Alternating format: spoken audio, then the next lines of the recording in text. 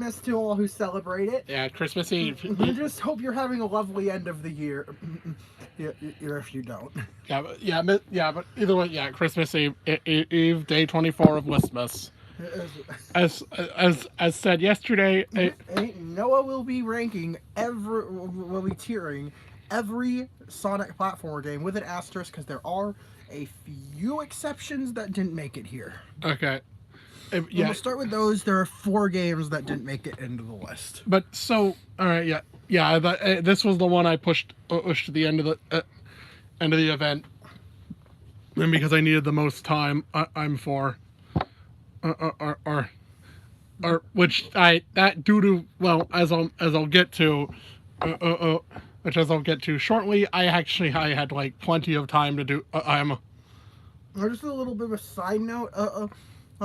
Sonic 3D Blast and Sonic Labyrinth are not on this game on this list at all. What Sonic 3D what? Is 3D Blast on the list? Yes. Yeah. Oh. What? Okay. Sonic Labyrinth is it? Sonic Labyrinth. That's not a platformer. Okay. That's I didn't think. That's not a platformer. What? I know you jump. No, you don't. You don't jump. No, you literally don't jump in the. Okay, I'm stupid. Forgive my idiocy. But either way, yeah. Either way, yeah. We do have quite a few games to talk about. Yeah, a lot of them probably in great detail. So starting out, let's talk about the 2 extraneous tiers that we are we're not tiering. Shouldn't count. This list included Tales Adventures. For whatever reason. And well, simply put, it's not a Sonic game. It's not a traditional Sonic game. So it's an adventure game. It doesn't play like any other game.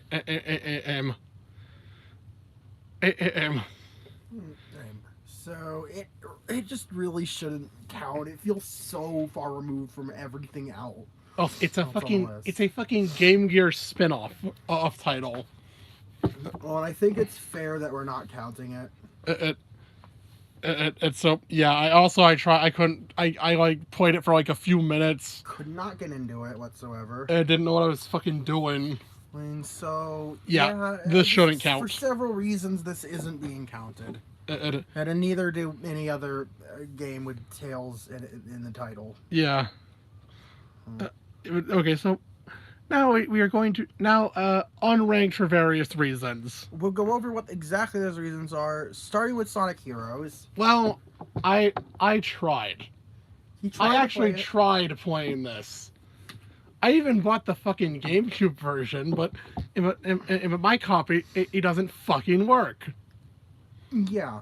Or it only fucking boots. It only boot when it feels like it.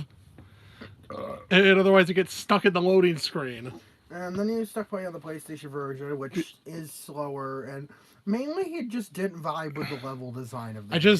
I think I played all the way past Rail Canyon, and got to about Frog Forest, and I just said, no, I can't do this. Yep. Just the special stages were just fucking annoying. I mean, just playing the game. It just felt I just and the prospect of playing the game 4 times. I was just to finish it was I didn't like that the thought of that. So, if I don't like it in one unplaythrough. Why would I like it? Why? How would the other 3 style teams change it? How would the other? I don't think the other 3 teams would change my mind. And I just couldn't do it. I just couldn't play it. Yeah. It sucks because of I went through a bunch of effort just to get it set up. I dragged out my PS2, my memory card, which I even had Mom order a new one, which apparently I didn't even need. because my normal one was right there, or I just wasn't looking.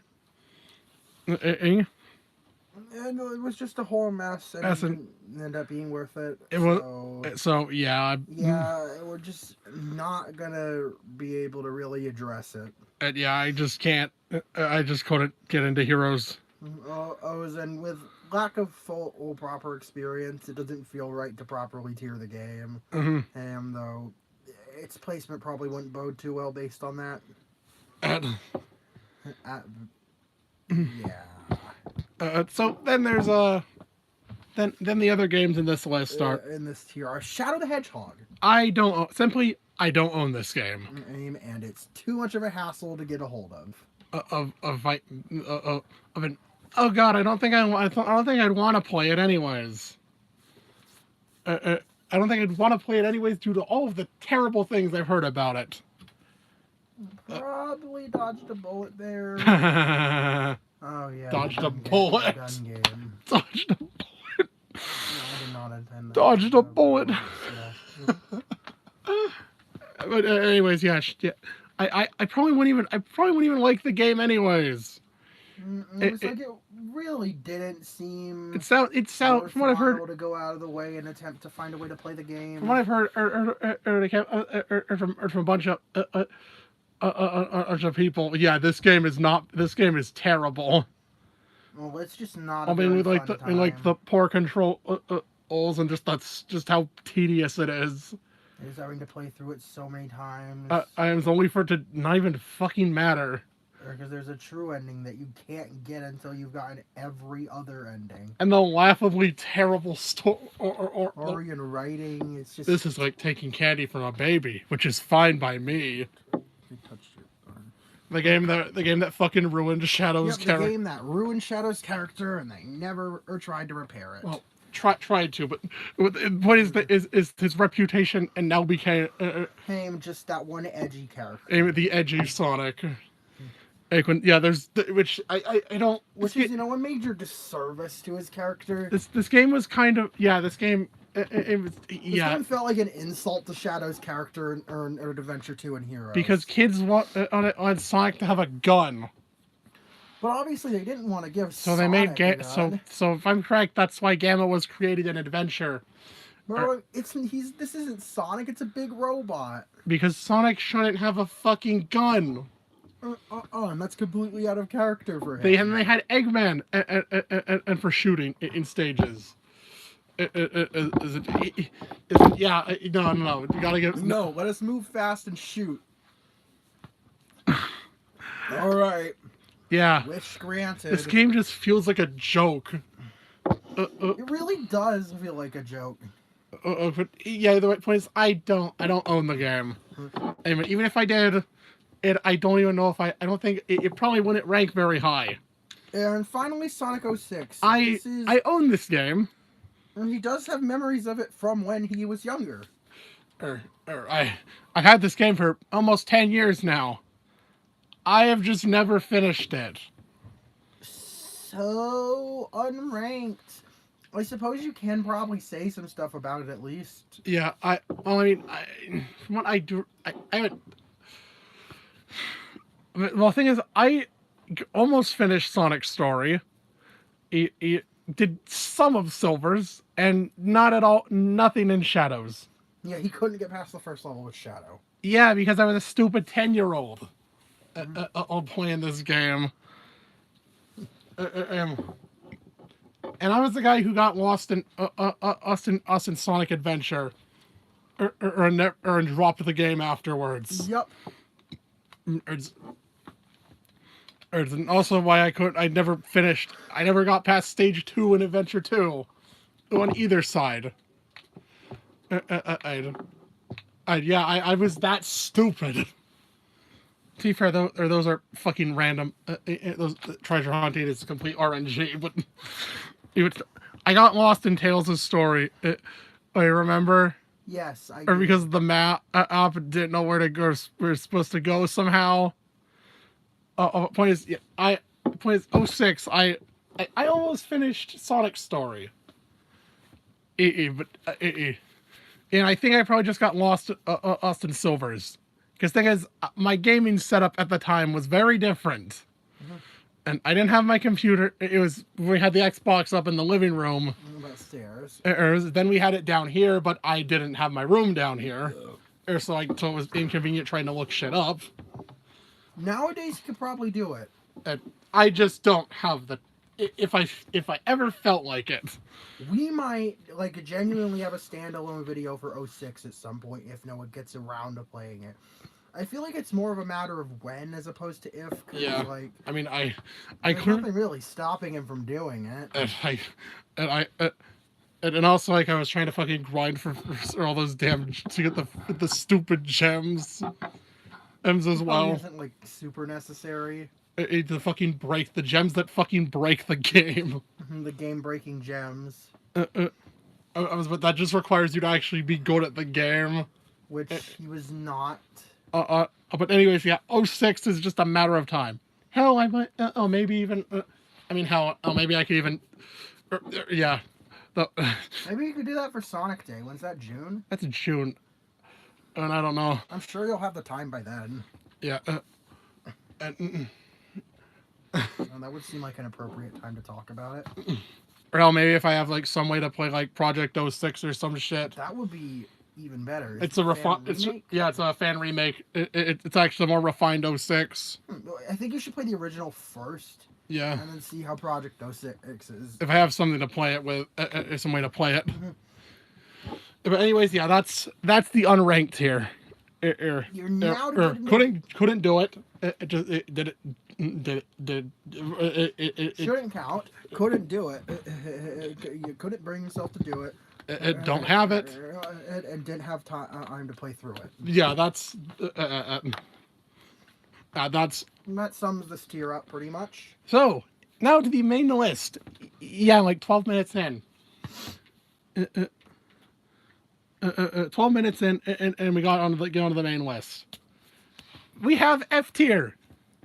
Yeah, irredeemable games that really have zero redeeming qualities aside from the inherent sonicness of them.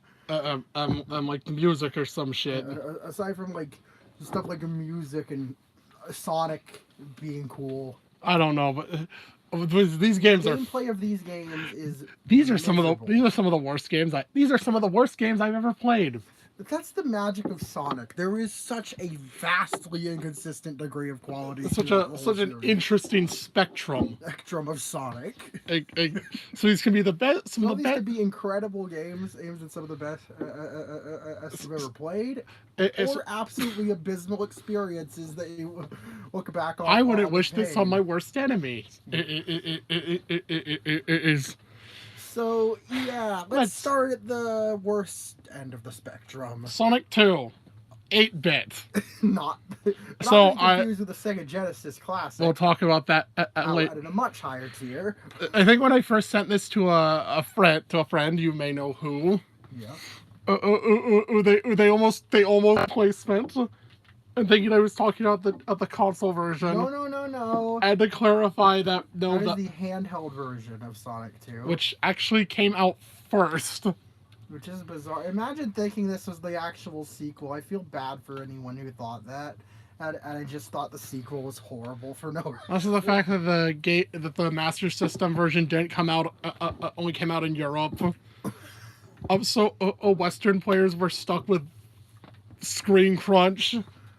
Oh boy! And this game. Well, let's go. You should go into further about some specific problems you had with this game and its design. It's really unfair. There are plenty of problems with not being able to see shit. It just throws in so much shit. It throws in so much. It just the first. You will be dying on the first level. Oh, and I haven't really heard you talk about, but I'm assuming the game doesn't really feel very good. No, you know the hang glider? Oh, yeah. The hang glider in Sky High Zone? Yeah, it also feels miserable to control. Oh, and just the bosses you have fucking no rings with the boss fights. So you have to do them all on no damage gauntlets. Yeah. It's just extremely miserable. The game has a pretty infamous bad ending.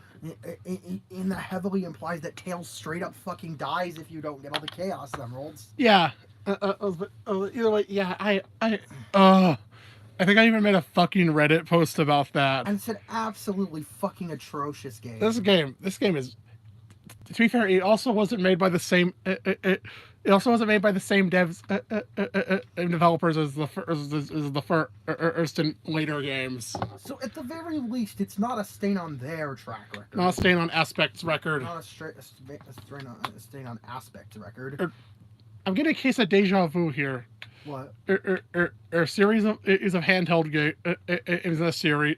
Is where the second one wasn't developed by the main team. Mega Man. Yes, by an inexperienced team. And they were also numbered like the console versions, but are distinct games. Yes. Not only borrow elements from the console version. Yeah, weird. That's a really weird coincidence. Even though 8-bit Sonic 2 is very different.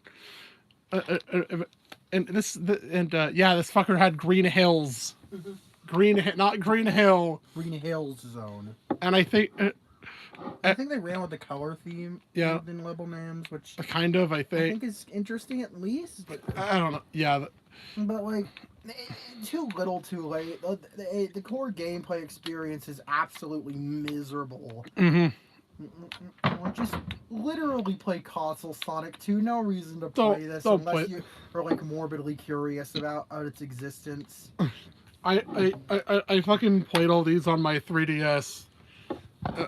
As an oh god, it was miserable.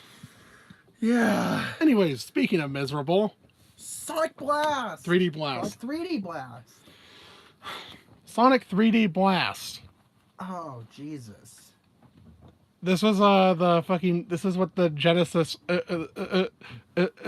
out of their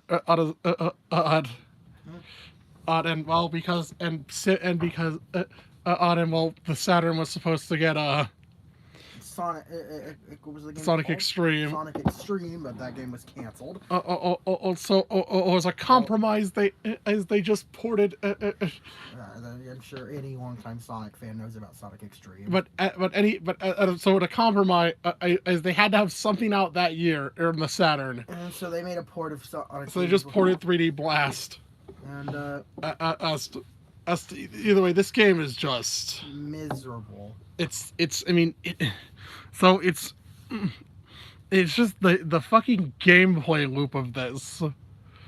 Go around, gather flickies, and bring them to rings. And then it's isometric. It's an isometric game. Which I think there are some interesting visual elements to the game. And the music is honestly amazing. I think some of these tracks are actually composed by Jun Sonoy. Yeah, I wouldn't be surprised. Yeah, and how some of them later made it into Adventure. Yeah. Huh.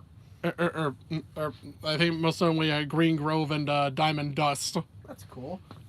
So, word of advice, and of course the game just feels way too slow. Oh, and also platforming with this camera angle. Feels clunky and inconsistent at best.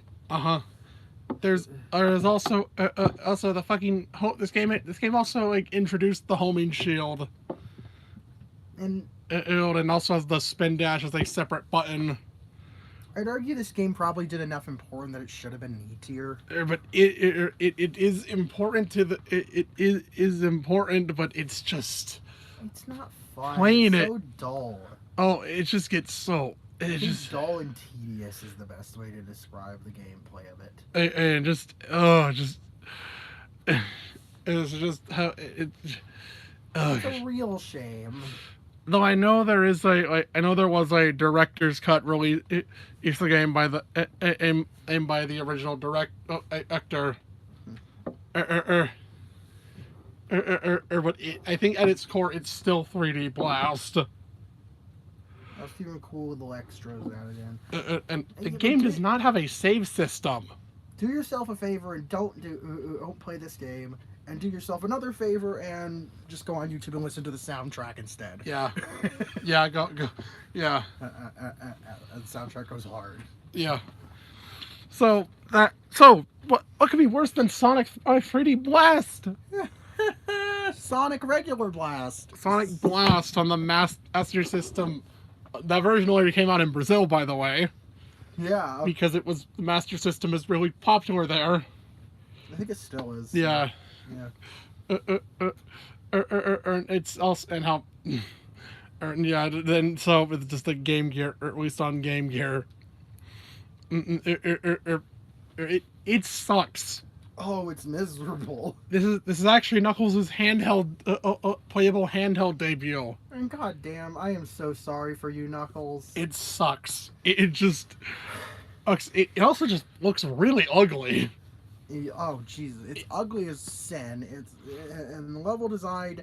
Ugh. Well, it's on par with its predecessor, which Yeah. is Sonic 2. It also feels really slow and just Like seriously, it feels unreasonably and unexpectedly slow. Oh, and it's just terrible. It's just so fucking unfun. Uh-huh. Fun. You take what's fun about Sonic, remove it, make nearly every level stupid, either stupid and frustrating, or have nothing interesting going on whatsoever, and you get Sonic Blast. So then there's this one is a bit. Also, I know it hasn't finished, but has enough strong, lingering opinions about to place it at a tier. Sonic and the Secret Rings. Oh Jesus Christ! I have tried to play this game for years. I've been playing this game since I was like 8. Yup. 8. And genuinely, it feels like the fucking most awful core gameplay that any Sonic platformer has had. Let's see. You use the Wii remote to move. Yes. You use the Wii remote to turn left and right, and you shake it to jump. No, you don't. No, you shake it to use the homing attack. But you also use the button to jump. Yeah, you hold left and right to move, and then press a button to jump. It just doesn't feel good. Also, you're constantly moving, and also moving backwards. You gotta get this. Flip the Wii remote. Oh, upside down. Flip the Wii remote. What? You gotta flip the Wii remote. It just feels so bad, unnatural. Oh boy, I'm like, oh. Geez. Oh yeah, you gotta like play the game to make to aim for better control. Yeah. Play the game. Does it look like button controls? Or? Like your movement, better movement. More precise movement is locked behind. I'm progressing in the game. Why do you not have the option for better movement to begin with? Progression is also a fucking mess.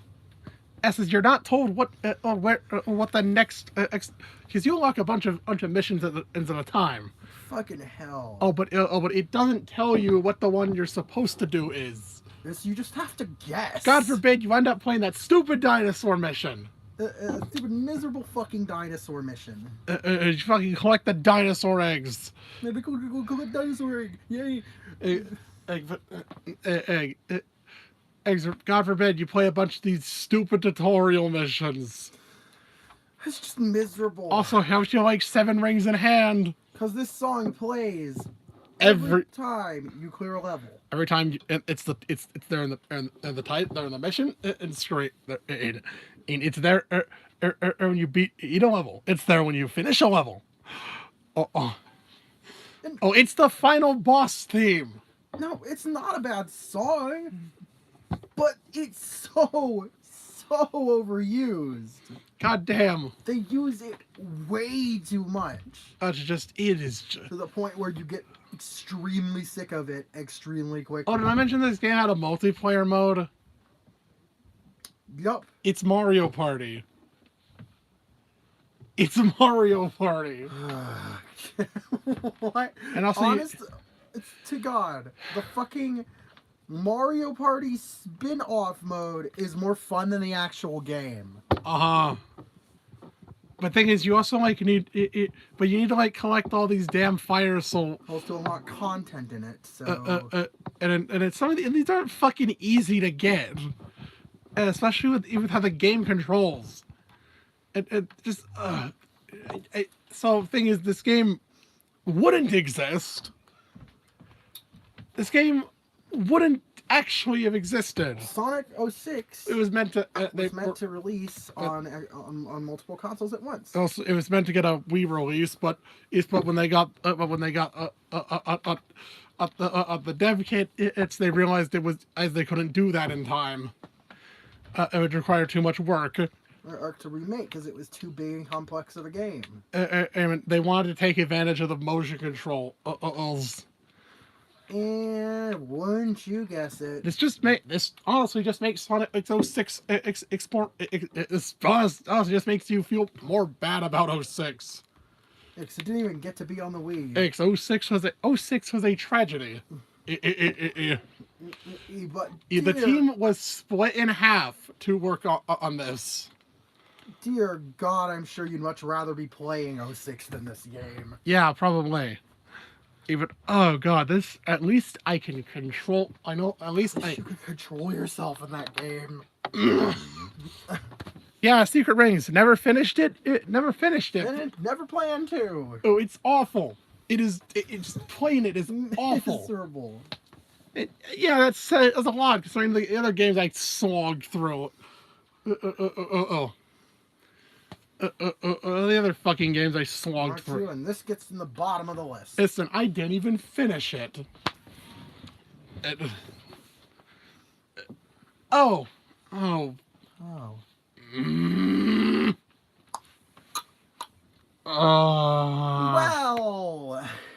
Lost World 3DS. Lost World 3DS. Oh boy. So Sonic's first 3D game on a handheld. Yeah. His only 3D game on a handheld. Yeah.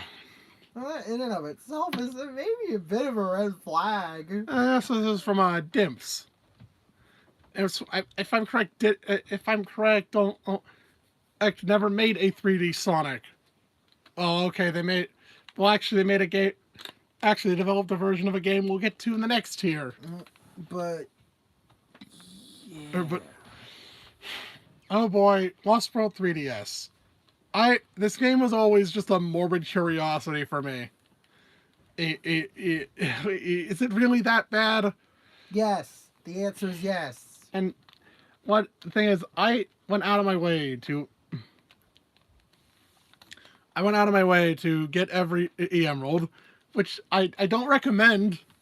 That's a terrible idea. And because the special stages are fucking horrible. The special stages are they're just god awful. It's so not fun. You gotta use the gyro. Use the gyroscope. Which you know what that means. Mm-hmm. You move your 3D you gotta constantly spin around on the control on the move. Mm-hmm. But it just doesn't work. It's miserable. I hate it. I hated it. But I did it. I got all of those. I got every red ring too. Because why the fuck not? Because you get an extra level. You get a bonus level which also contains red rings. Yay! And on top of that, beating the game, you get a hard mode. Do you like a bunch of spikes everywhere? Yeah? Wow. No, you don't? Well, too fucking bad. Didn't like these levels already? Well, now they're even more bullshit and annoying. You get like one ring. Ing for the entire level. Also, yeah, your reward for getting every red ring is just a harder final boss. Wow, it's not even that much harder, I don't think. Oh god, it is just. It starts Honestly, out somewhat. It starts out the first two, like the first, at least the first two zones, or at least it start are somewhat okay. and then it just goes completely off the rails into misery. His levels just begin to go on and on and on. And throw so much bullshit. Frozen at you. Factory Act 3. You need to push the snowballs into these spots. Oh, it's just a mess. That's an. So yeah, I think I remember about 5 years ago, was it? Yeah, And we did that little Sonic Tober event, I think. and I said that I talked about this game, Yeah. and how like I said I'd eventually 100% it. And guess what? I did, like 4 year like a year later, and it was just to say it, I fucking did it, and I don't have anything to prove. Ugh, I probably wasted so much of my time, several days, weeks, playing this fucking game. And, oh, I don't know what else to say about it. That's just miserable. 30 minutes and we just got out of F tier. Now let's get into D tier, E. E tier. Bad. There might be some sort of redeeming qualities here, but just overall, it's just not a fun experience. All right, we got 8-bit Sonic 1. Wow. And yeah. Yeah, 8-bit Sonic 1. Well, I mean, it starts out like again, it starts out not too bad. Okay, well maybe throwing an auto scroller in the second zone What is kind of bad? and then I just think then there's shit like Labyrinth Oh. and for oh yeah, if you want the emeralds are found in the overworld. The emeralds are found just in the levels. Yeah, which I mean, at least thank God there aren't special stages in this game. well, there are, but they're just for like extra lives. Thank God there aren't. You don't need to play special stages in this game. And I'm sure they'd be miserable too.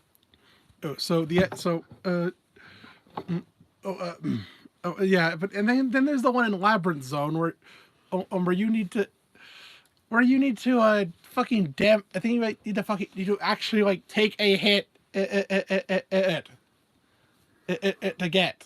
Yep. And in this game, you drop when you get hit, and you don't, and your rings don't draw up around you. They just disappear. Or so you like, yeah, or this, it's such a, yeah, just like the latter half, just fucking, oh.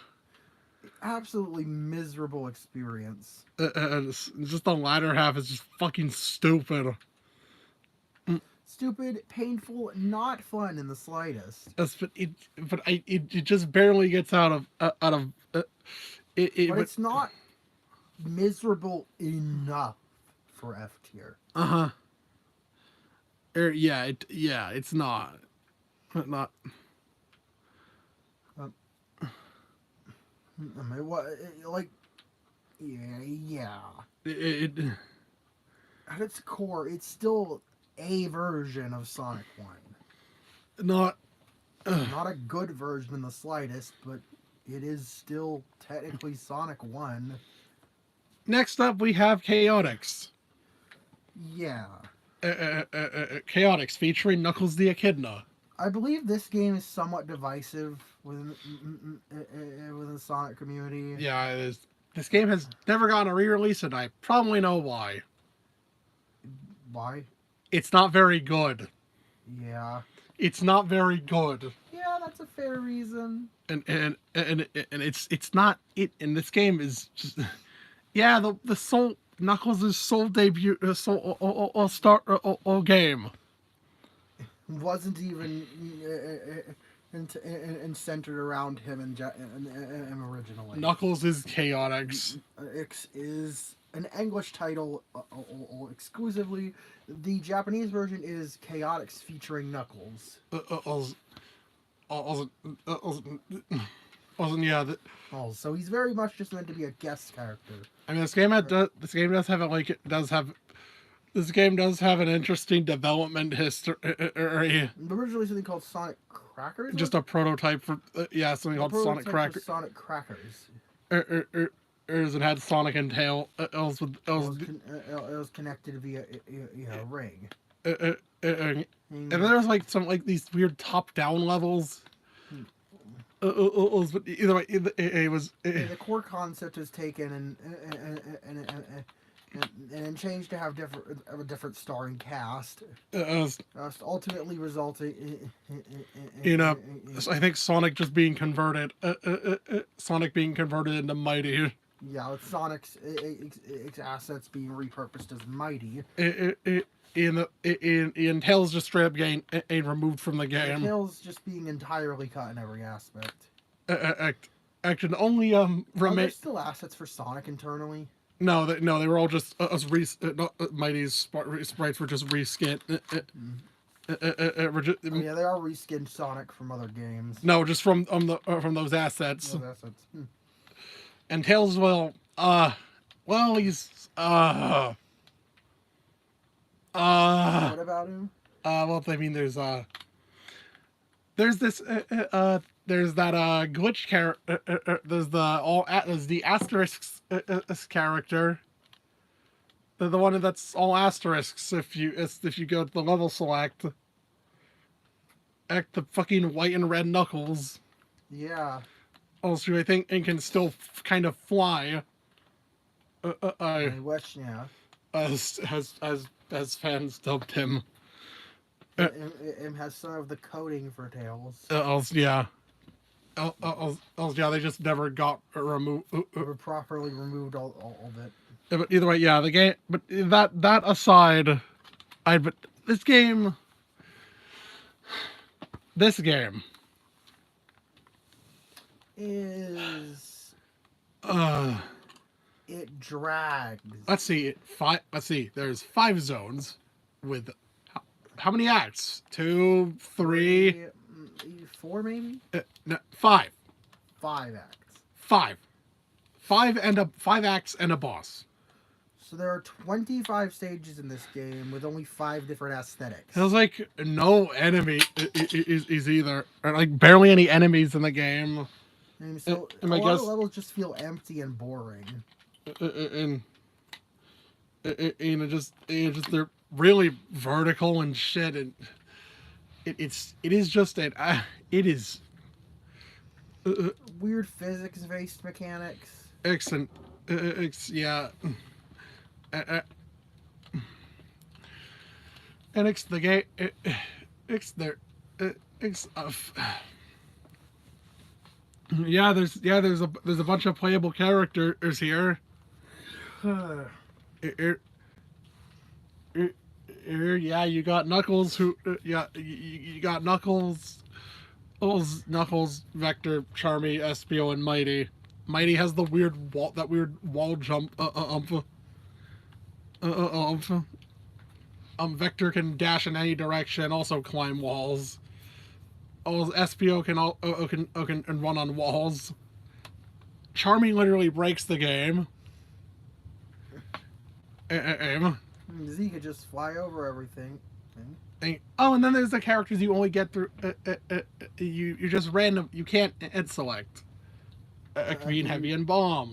Which you can only get from the character crane. And from the combi catcher. Is that how you choose your partner? Yeah.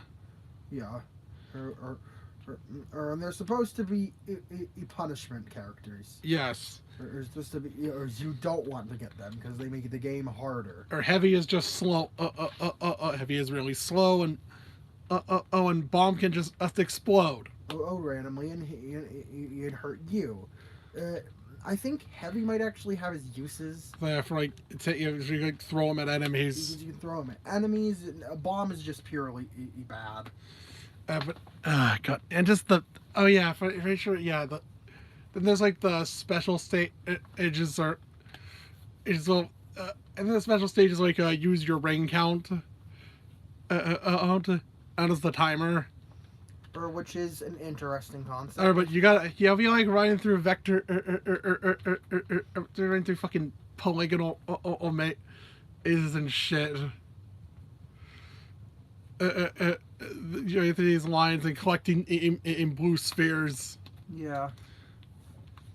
My game my system I got game crashed. This actually crashed my a 3DS multiple times. Ah. It's because it was just the fucking frame rate on them. Yeah, because the frame rate dips so often. And the game, yeah, it just it's just a really tedious and just 3D Blast is 3D Blast is I'd say 3D Blast is worse because there's shit you have to worry about.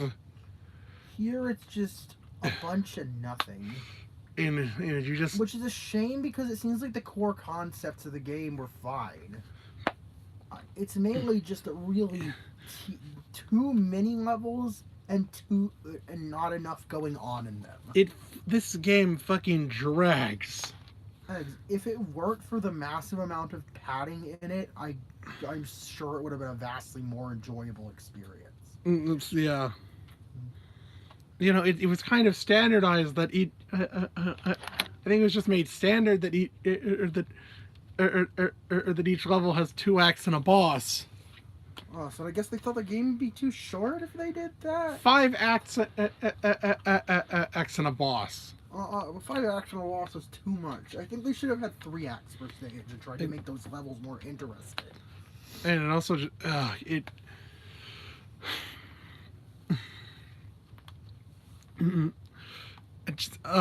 yeah, there is a reason this game has never been re-released. It's because it's not very good. It's not. No, this game sucks. Yeah. All right. Next up, we have Sonic Advance 2. Yeah. Oh no. This one. This game. Oh boy. I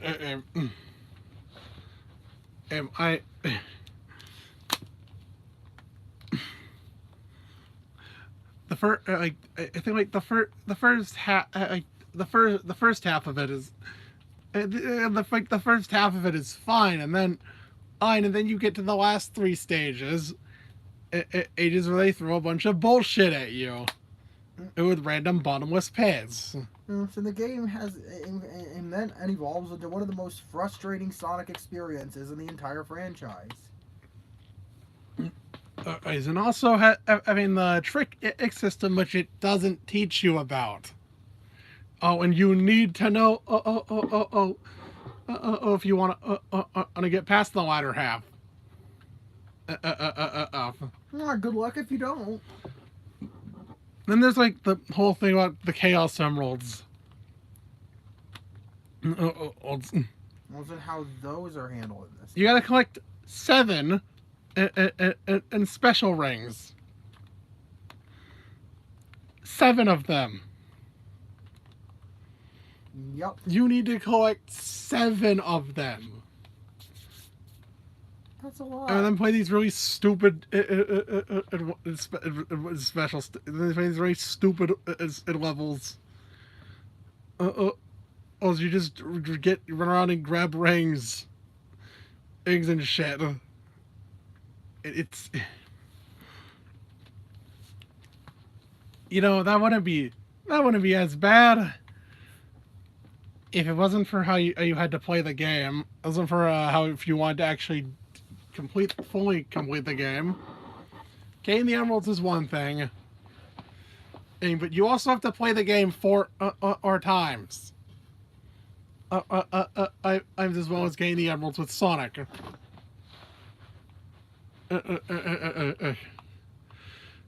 you gotta play through the game 4 whole times. Yup.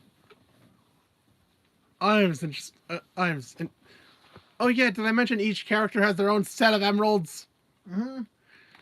Or is that all unlock different that depending on each set you get certain things? Is they like the fucking sound test and S and the tiny Chow Garden? And as things that were unlocked from the start or originally or in the first game. Yeah. I don't know why it's like this. It's an, oh yeah, your ultimate reward for collecting all 28? Is Amy. Yes. Who just plays the exact same as the others. Mm-hmm. Or is without her unique gameplay style. So, yeah. Nice. Nice. The reward is a stripped down version of Amy from the first game. And we just this game.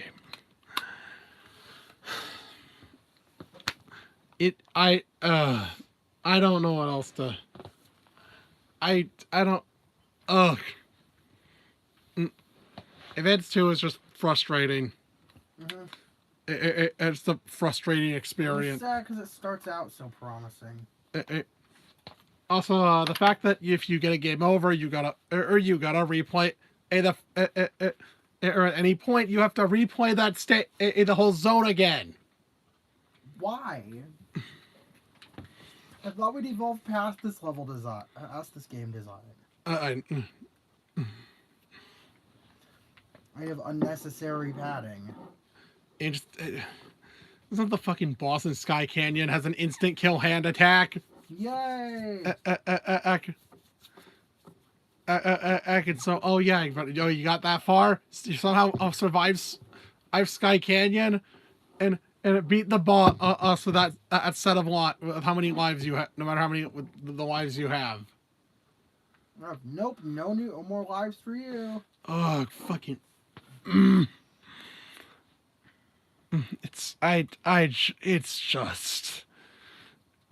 It nosedives so hard. Yeah, yeah. And also, like, the final level is just a boss rush. The XX zone is just a boss rush. Literally. Wow, some final level. And then you fight the final boss.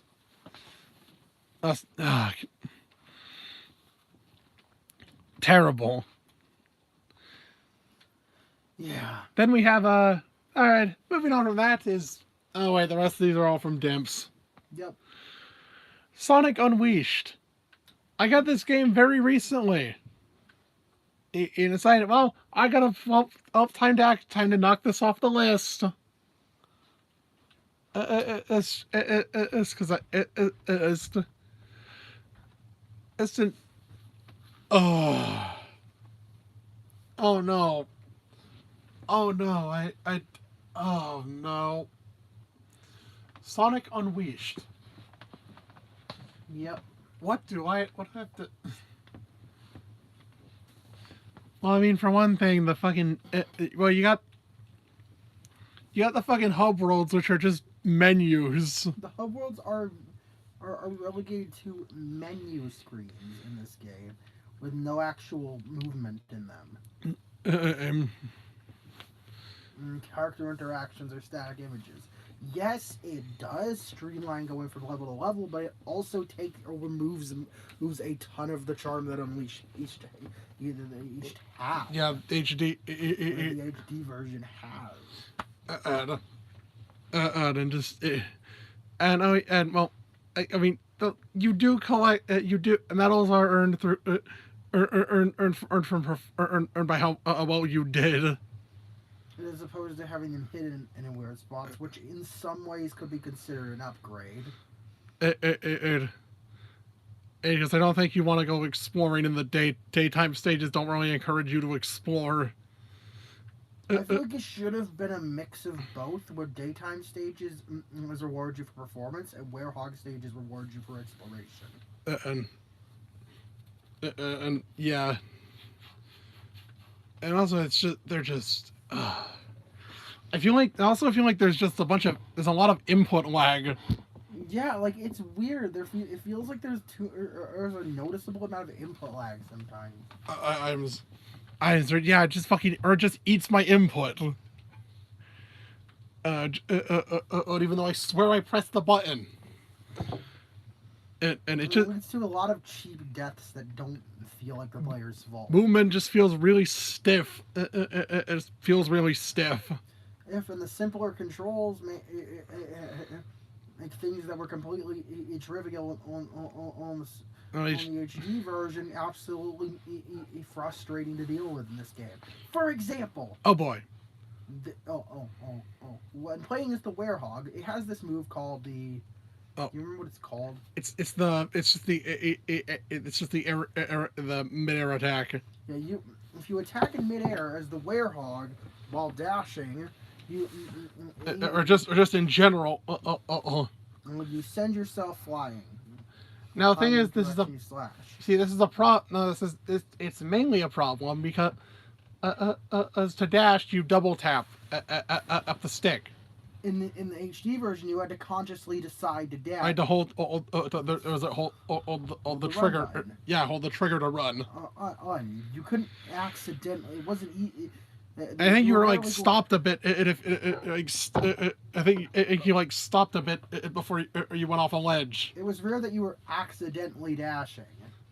And Well, in the Wii version, you double tap up the direction you're going in, so it's super easy to dash on accident. they just your moves, which leads to maybe you jumping, attacking in a little too quick succession, and you throw yourself. Or when you're not even jumping.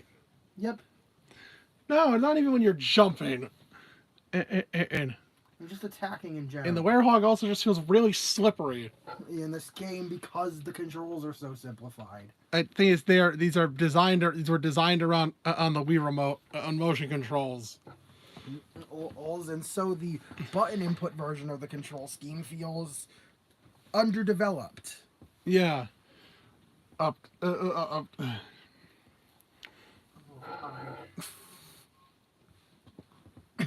So yeah, it feels really underdeveloped and just. And also the way they also you got the progression is like mission based. So you like play the exact same level, but under a different condition. Mm-hmm. And like don't break any pots, pots or anything, pots or something or whatever. Or finish this under a certain time. I'm which they barely give you enough of.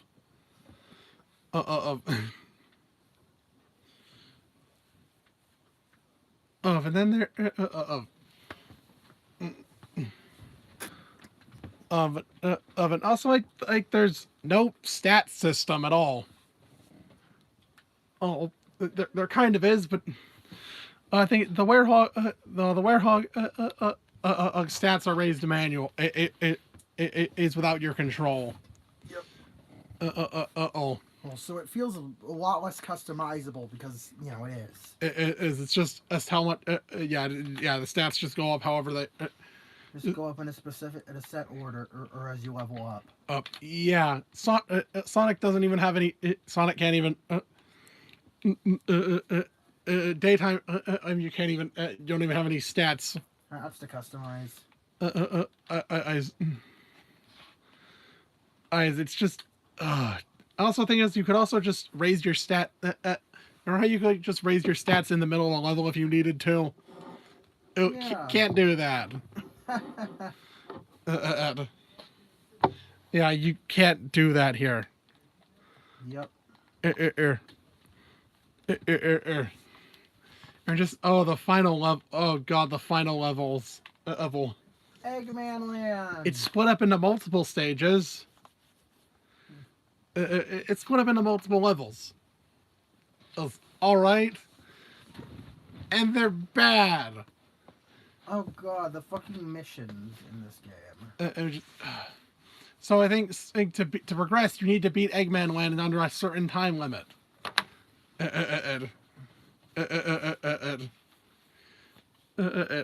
you play all the werehog shit. Yeah, sure. Instead of it being one giant gauntlet, instead of Eggman Land being like one huge gauntlet, They still take all the sections and kind of like sort them. And it feels a lot less clean. And it just, it just, I don't, and oh yeah, the final boss. Oh right, the final boss.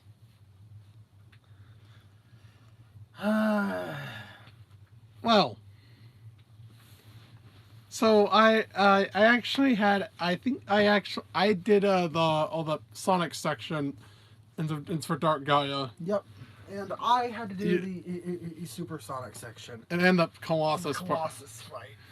Because yeah, I was just not, it was just, I was just doing really bad With that control scheme. Oh, careful. Careful. I'm sorry, my flip-flops get caught on things. Why is it caught right there? I don't know.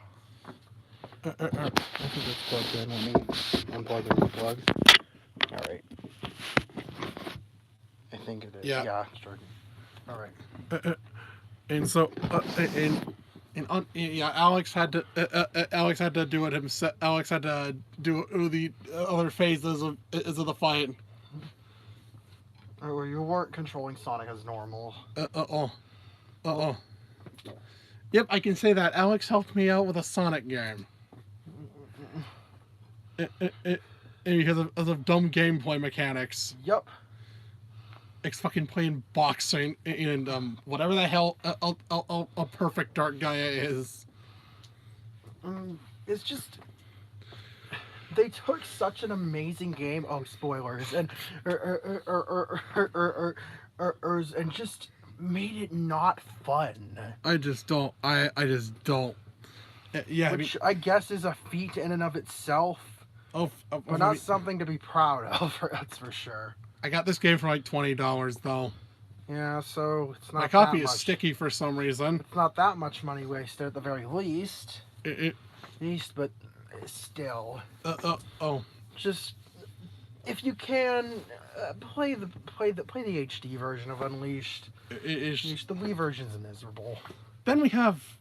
Do I even need to talk about these games? What are they? Sonic 4. Oh, Sonic 4. I gotta go to the bathroom. What is there to say about Sonic 4 that hasn't been said? And it's a mobile game. It was a mobile game. It was originally just a mobile game.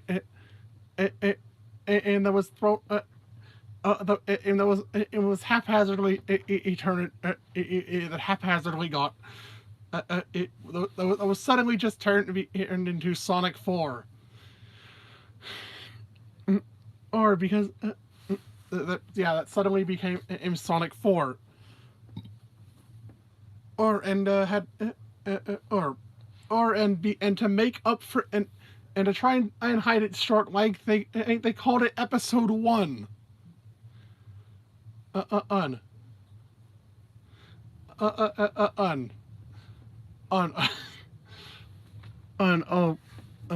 Yeah, that's hilarious. Ain't it?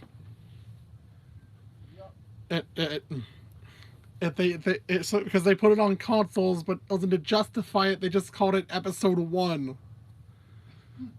And then we have Episode 2. Of course they had to make Episode 2. But before that even came out, they said they weren't making another one. And these games, Sonic 4 was an attempt, or is just Sonic 4 is just, or is nothing but a cash grab. Yeah. But very clearly not, and wasn't even, and it doesn't even have like most of the original Sonic team involved of the project. Actually, it doesn't feel like the classics. Actually, the fucking homing attack. The homing attack in a 2D game.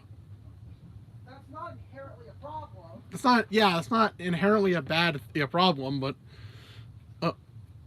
it's just what you do with that. They relied on it too much. These stupid bubbles these fucking homing attack chains with bubbles. All the stupid dash pads.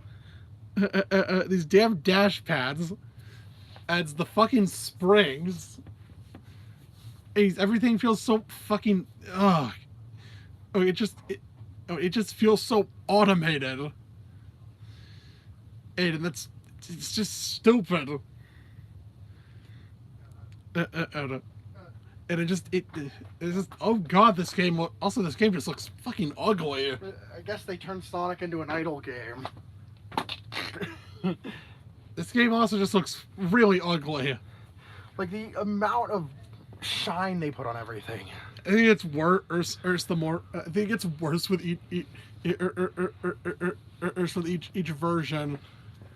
Or it looks. Or, oh god. The 360. The thing on the 360. Everything looks like it's made of plastic. I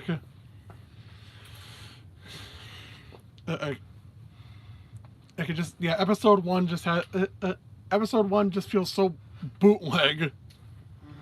Again, currently not a true sequel on Sonic 3. Because it wasn't. Because it wasn't supposed to be. It was always just intended to be a mobile Sonic game. I'm hoping to gain purchases from nostalgia. But nope, they had to give it this name and to justify its length and say it was episodic. And well, speaking of which, episode 2, Sonic episode 1 on his physics are just fucking terrible. Did they fix those? And the level design is just ugh. Episode 2 is. Well, it introduced a whole new. It was a bunch of. Well, it addressed a lot of the problems with episode 1. But introduced a bunch more of its own. Mainly, it's just the gameplay is just so. It is just insanely annoying. It's too gimmicky. It is. Oh, this game added Tails, but you can't even really play as him.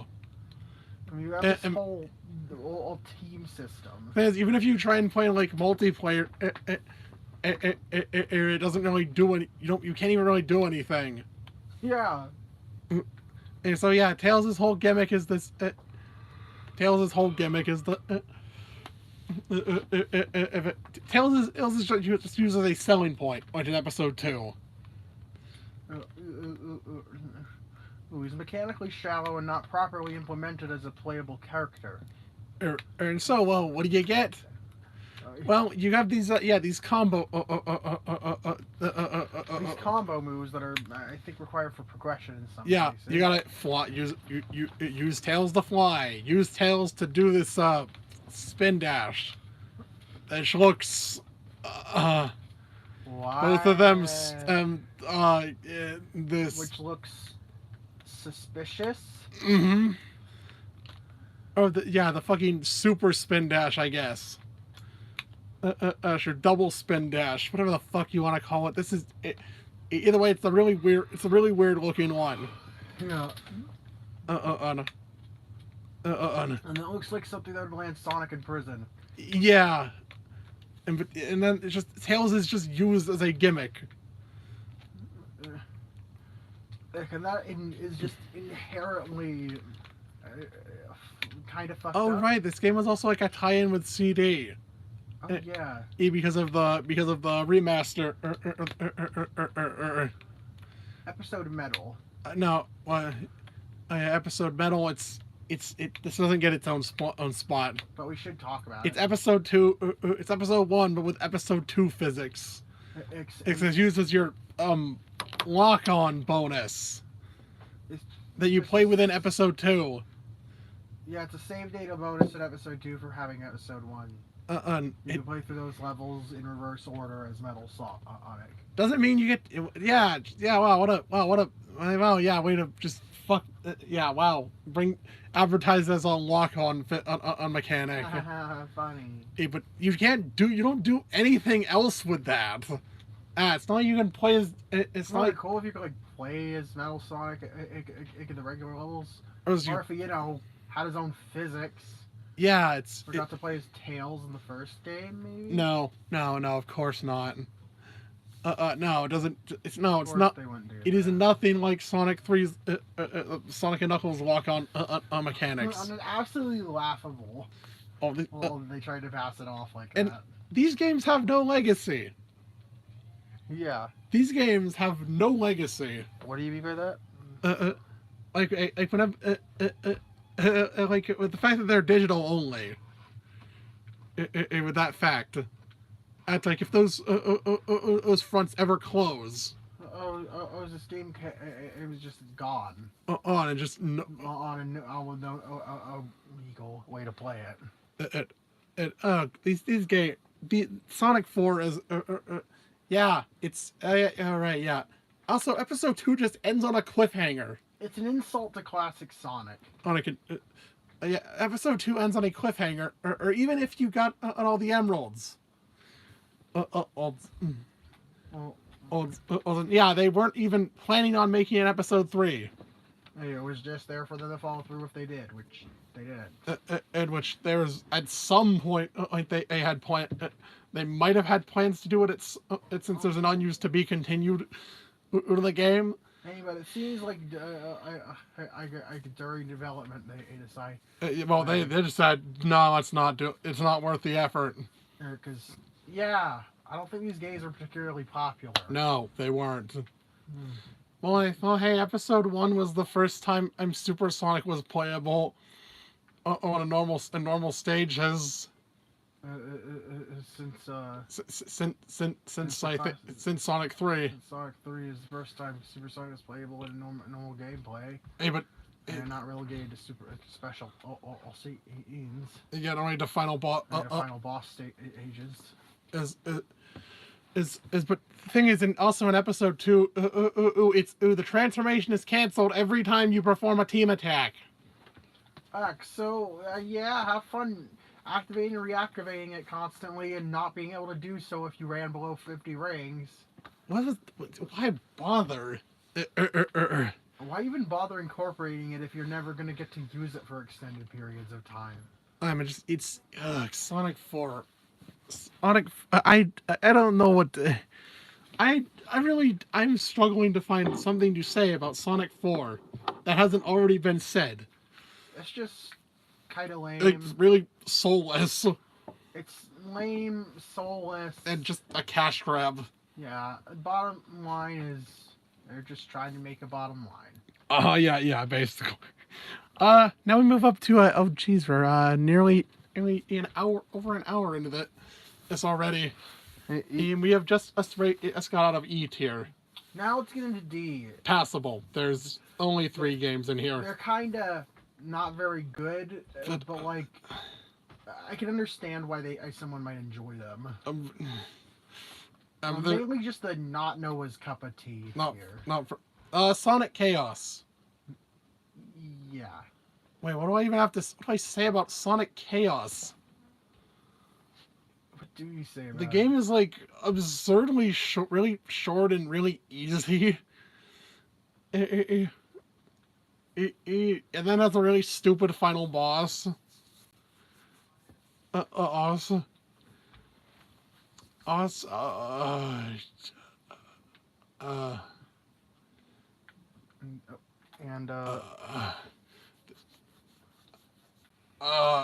think this one just kind of literally no real opinions on this game. It is there. It just exists, and that's really the most there is to say about it. And it was the first time Tails was playable. With the first time Tails had his Tails could fly. Oh, that's interesting. You pressed up and then jump for it. to do it. We're on the ground. Yeah. Yeah, it was implemented a little bit weirdly. All right, this game was called Sonic and Tails in Japan. Oh. Oh, I guess it shouldn't count for the list because there's Tails and I'm joking. But yeah, either way, Tails can't even collect the Chaos Emeralds. Also, just automatically gets the good. And oh wait, what are the emeralds? The emeralds don't even do anything. In this game, They just change the credits. This is you're running through them. Running inside of them. Tails automatically gets the emerald ending. They're not even the emerald gain all the emeralds does like nothing and Nothing for gameplay. Very slight change to the credits. It's It's not even like, oh, Robotnik won. no on her hard no try again or anything, and yeah, that's it. That is it. It's like one of the Sonic games of all time. Yeah, I know. Yeah, Sonic Advance. It's Well, I mean it. I think some have went out of their way to fucking call this. Some used to like call this is the real Sonic 4. but I don't really think it's worthy of that title. Oh, there's no scale. It doesn't have the same scope. Yeah. Oh, for hell, it doesn't even really have a story either. It doesn't really have much. It doesn't really even have a story. Okay, just not much there. It's the main three characters, and the new mainly you can now play as Amy in a platformer. Which I suppose is cool. Oh. And I guess maybe that's one of the reasons people call Sonic Sonic. Sonic 4, because like, oh well, they added the fourth character to be playable. And it kind of feels like, and kind of has some classic feel. It feels a lot like the classics.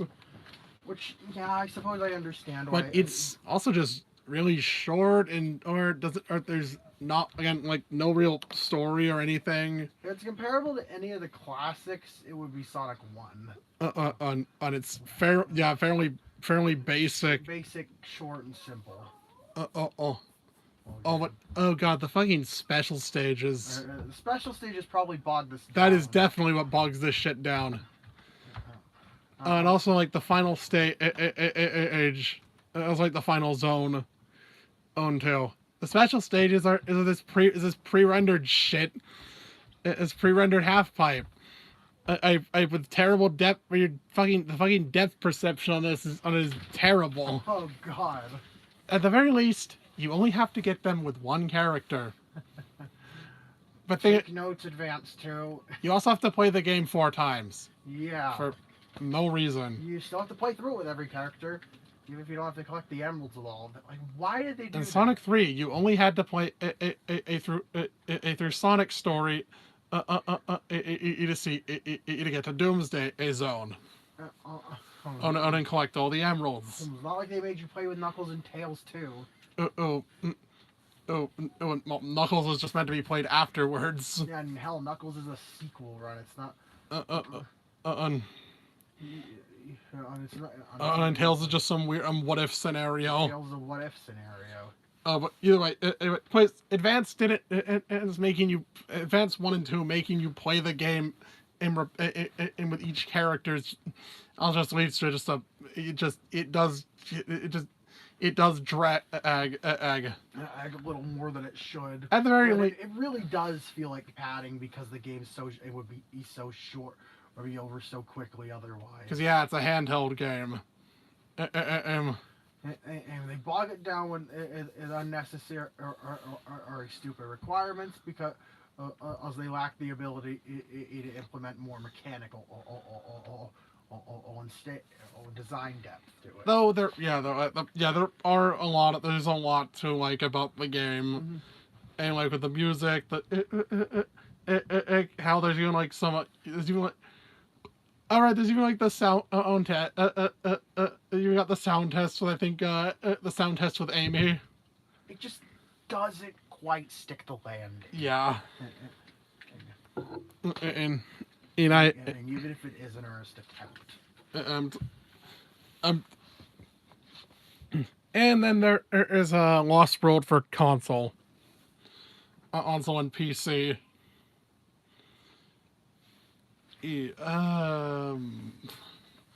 Okay, Lost World on console. Lost World on console. What do I have to say about this game? Well, getting all the red rings is fucking annoying. And this is one. And this is the first time a video game has made Noah cry. I think, yeah. No, mainly I was just fucking mad. There's crying tears of anger at this game. It was just frustrating. Some of the levels are fucking insufferable in this game. Yeah, mainly when you're going after red rings. The core gameplay seems to be pretty fun and solid. Yeah. There's just way too much frustrating inside content to ignore. And just some of the levels are just fucking annoying. Yeah, there's just way too much frustration to ignore in this game, and despite being fundamentally sound. Oh yeah, don't forget there's the fucking hidden world. Yeah. There's the some of the most stupid levels in the game. One of them you literally have to run down the timer. Or to clear it. And the other one you need to just knock these spikes into this thing. What are these? These feel more like mini games than actual. It's like like cut levels. Oh, there's the one. Then there's that tornado level as well. Ah, that fucking tornado level. I remember that one. I mainly remember the 2D tornado level. That wasn't a 2D level. There was a sky level. Sky level. Yeah. Oh yeah. All right. I think that was Act 3. Sky Road Act 3. Yeah, I distinctly remember was the level that drove you to tears. No, that was Lava Mountain 3. It was Lava Mountain 3. Either way, this game was just playing this game was just frustrating to me. And you know what? I did it again on Steam. Yeah. I bought this game on Steam when my computer couldn't really handle it. Or at least he was more competent with it then.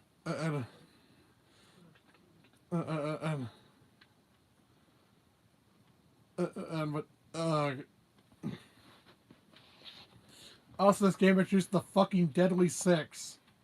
An attempt at giving Sonic in the Sonic series something adjacent to the Koopalings. Oh right, this game was made with Mario fans in mind, hence why it feels so much like a Mario game. Yeah, it was. I like the generic zones, own themes. You know, lava, mountain, sky, water,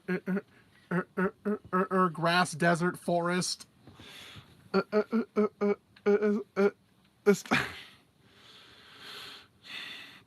Yeah.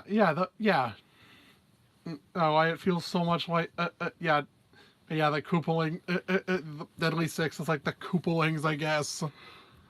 I said, oh wait, Zavik is supposed to be like fucking Mario, like Bowser or some shit. Yeah. They keep bringing him back. They just keep bringing him back for some fucking reason. And even though I don't think most fans have really expressed any strong care for him. The Deadly Six are extremely one-dimensional. Boiled down to just one trope. One personality trait. Let's see. There's Zaz, the crazy one. Zalmom, who eats a lot. the fat one. Zik, the old guy. The hyper intelligent old man. And Xena. Girl.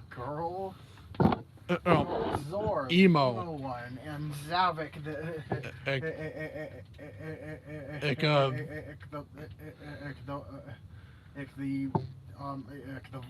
the hyper violent one, I guess. And the leader. The leader.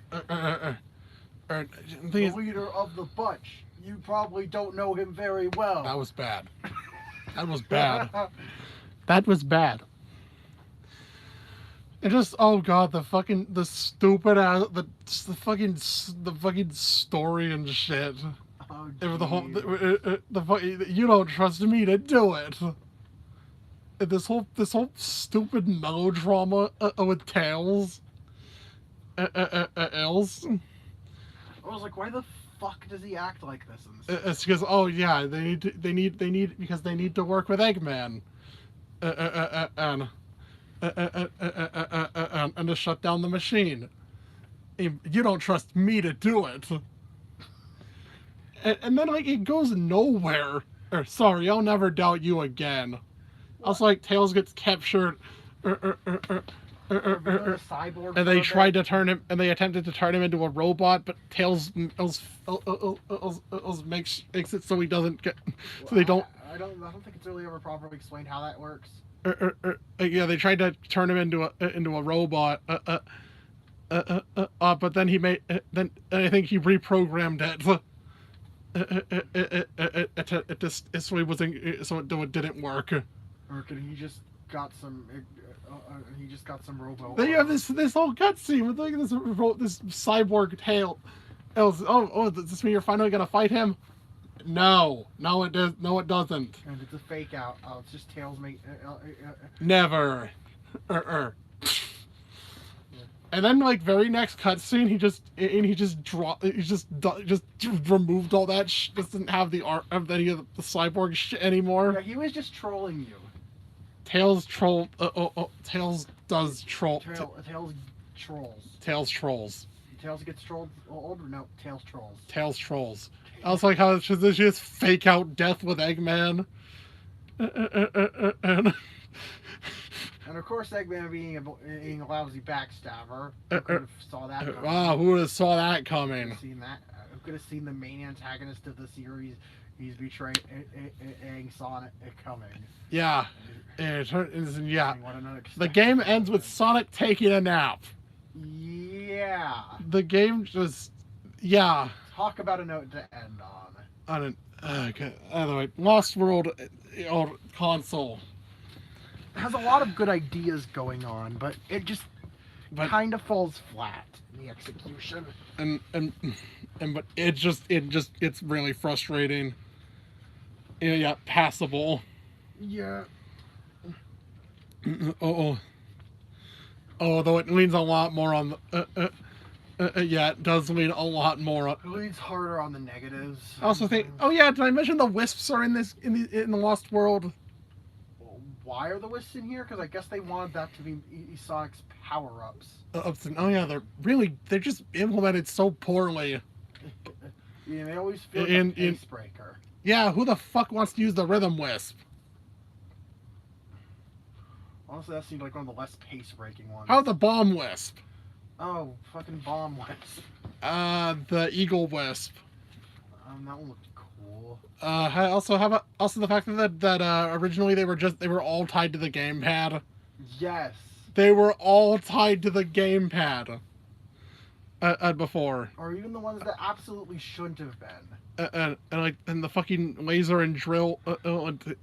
Laser drill. Yeah, I didn't meant they're just. It's just they were implemented so poorly. For the sake of mainly just for getting red rings. Oh yeah, did I mention this game got DLC? Oh yeah. The Yoshi's Island one. Yoshi's Island and Legend of Zelda.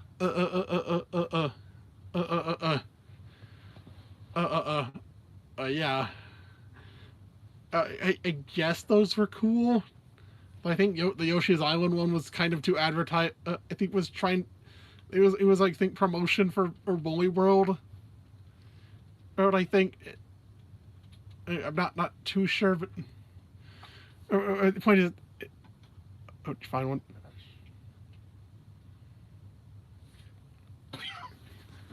So either way, regardless, but hey, I mean that's cool, I guess.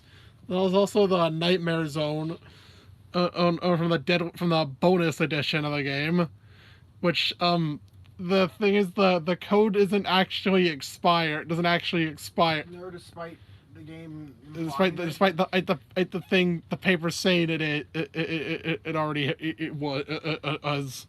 which is weird. Yeah, that's makes sense. And so, yeah, this game, but and so I don't I don't know, Lost World. I don't really know what else to say about it. Yeah. On it.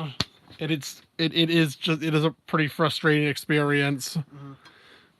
Now we move up to C tier. Mixed feelings or just decent. Sonic CD. This one definitely falls under mixed. Mixed feelings. There's a lot to love, but also a lot that just doesn't click. Yeah. Yeah. Like the whole time travel mechanic, and it being not really being a bit the time travel mechanic being a bit annoying, and how the levels are like really big. And built around exploring. But some of these are just in really you gotta find the generators. There aren't a lot of good navigational tools. Yeah, there aren't a lot of good navigational tools.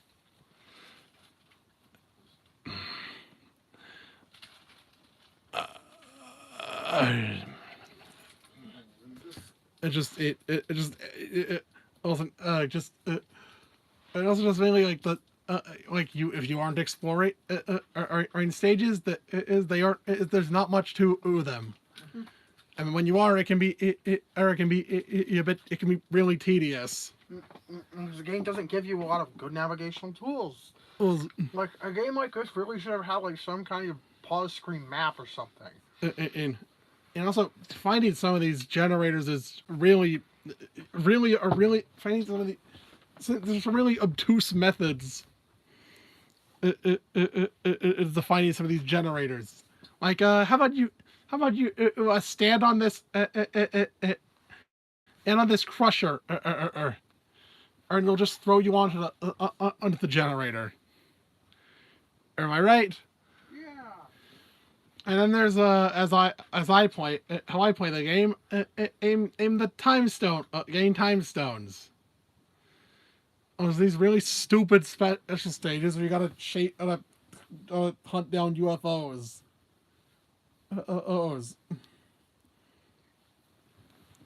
And every time you touch the water, you lose time. It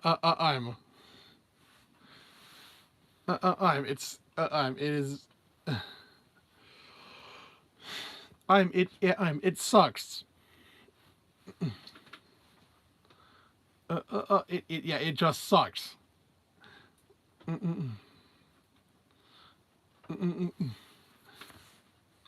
Alex, and God, I wasted a bunch of time. I'm retrying these. It's just how stupid the rest, the latter half of them are.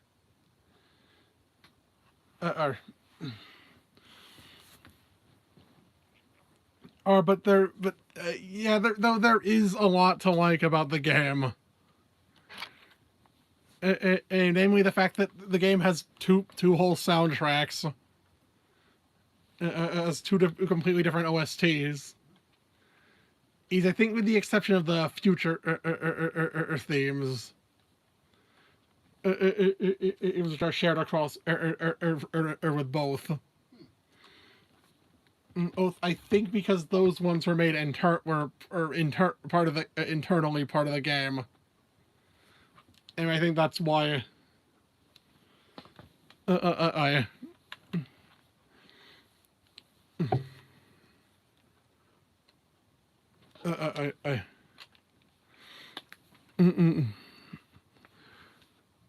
Alright, so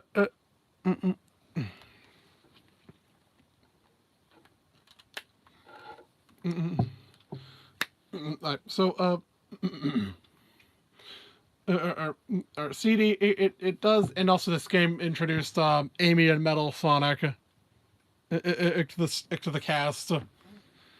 It does a lot of good ideas, but but mostly falls flat.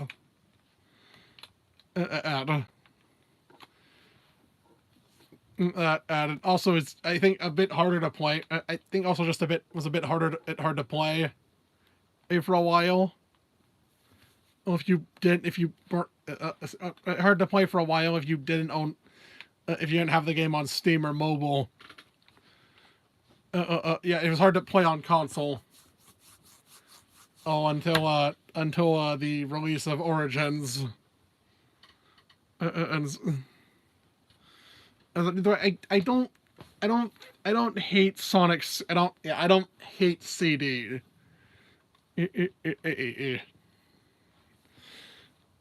But I don't. Yeah, yeah, it really it really is a bit down the middle.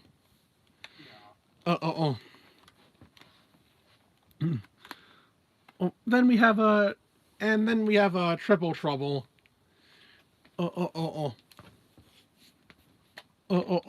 I'd say the best of the the 8-bit titles. That's not really saying much.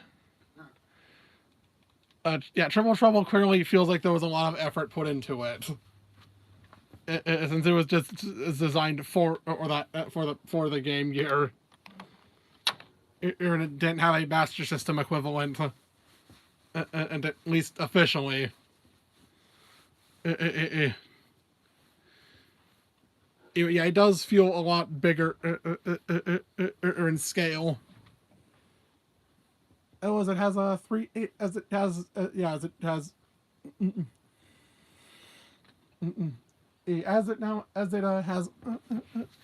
yeah, as you know, as you can actually play. You can play as both Sonic or either Sonic or Tails, and get elves, and both of them can collect the Chaos Emeralds, which are found in specific areas.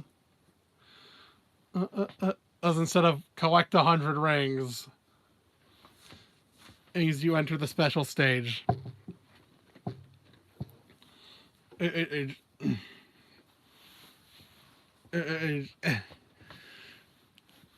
All right, this game also fucking introduced a good old Knack, the Weasel, or Fang the Sniper. Oh yeah, that was his. That's his. Yeah. Fang the Sniper. What?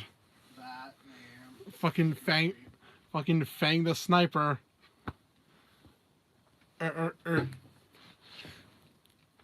And also, I think was the only 8-bit game to feature Metal Sonic. On a, it does feel a lot more. It does feel like a lot more refined. But there are still some stuff. There's still some stuff holding it back. Yeah, definitely. Like some of the levels can be a bit stupid. Also, there's a stage called Robotnik Winter. Yeah. Which is the same even in the Japanese version. Which is like one of the few times. It was like one of the only times where the name Robotnik was used in the 90s in Japan. I suppose that was. I suppose then they were sort of probably establishing that that's canonically his real name. I don't think that's when they even. I think it's just they didn't bother changing it. Oh, it was designed in English first then. Yeah. That name must have been confusing for Japanese players. Yeah. Yeah, because that wasn't until Adventure where they had up to that.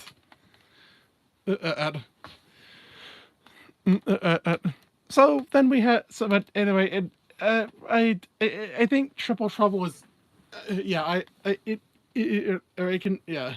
Try to. Not to just say about Triple Trouble.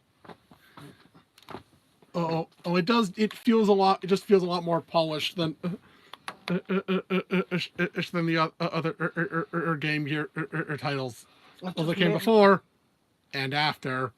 It's mainly just what us held back by the hardware. Which there actually was a fan remake that came out, a 16-bit remake that came out this year. If I heard that's really good. You should try that. Yeah, I should try that I definitely want to try that sometime. I'm. I'm. Then we have the Sonic Rush duology.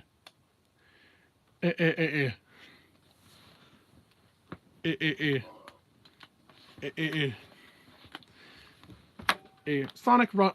Starting with the original game from 2005. I have.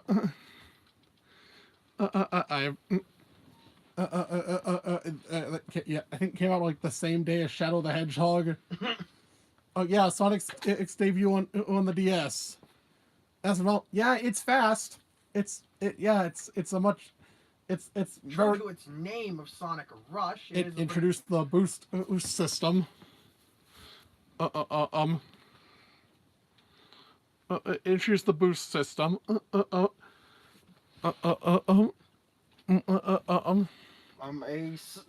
Which would go on to which would go on to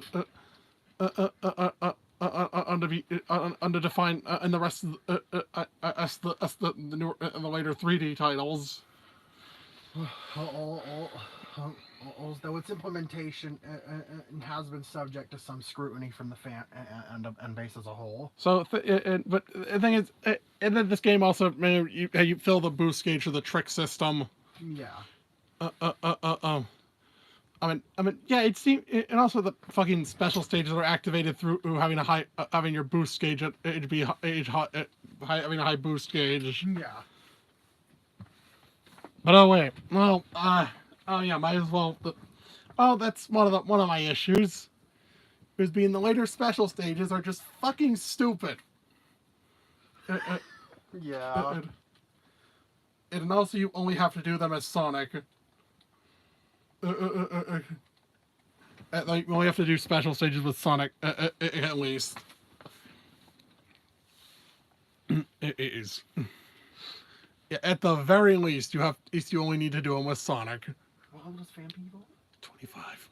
Okay, that's level.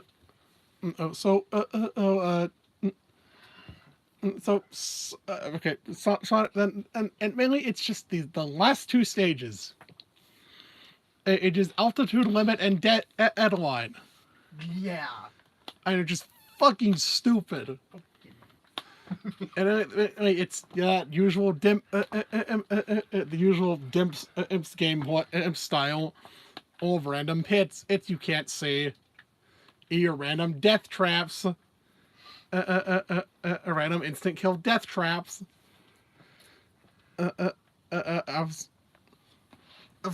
You see, the game wants you to go fast, but at the same time, It punishes you for going fast. also not paying attention.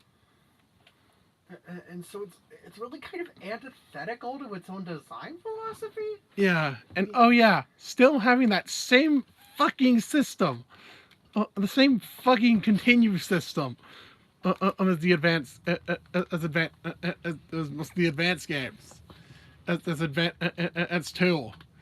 Or if you die to the boss, you gotta fucking play the whole stage again. Oh man, I love that. And also get the emerald again. Ah. Pretty sure the special stages suck. Well, the later ones do, especially Special Stage 7. Yeah, there's just. It also did a lot of really cool things. Either that or it's you don't either that or you don't get it. You don't either that or it's just you as you die on Act 2. You need it's either that or you die on Act 2. You gotta redo Act 1 and get the emerald again. Yeah. And oh right, this game introduced Blaze the Cat. Yeah. Kind of a character who's been forgotten in modern Sonic. But yeah, she was she was somewhat. She hasn't actually had a significant role since Black Knight. Yeah. Like so, more than a decade since she had an important role.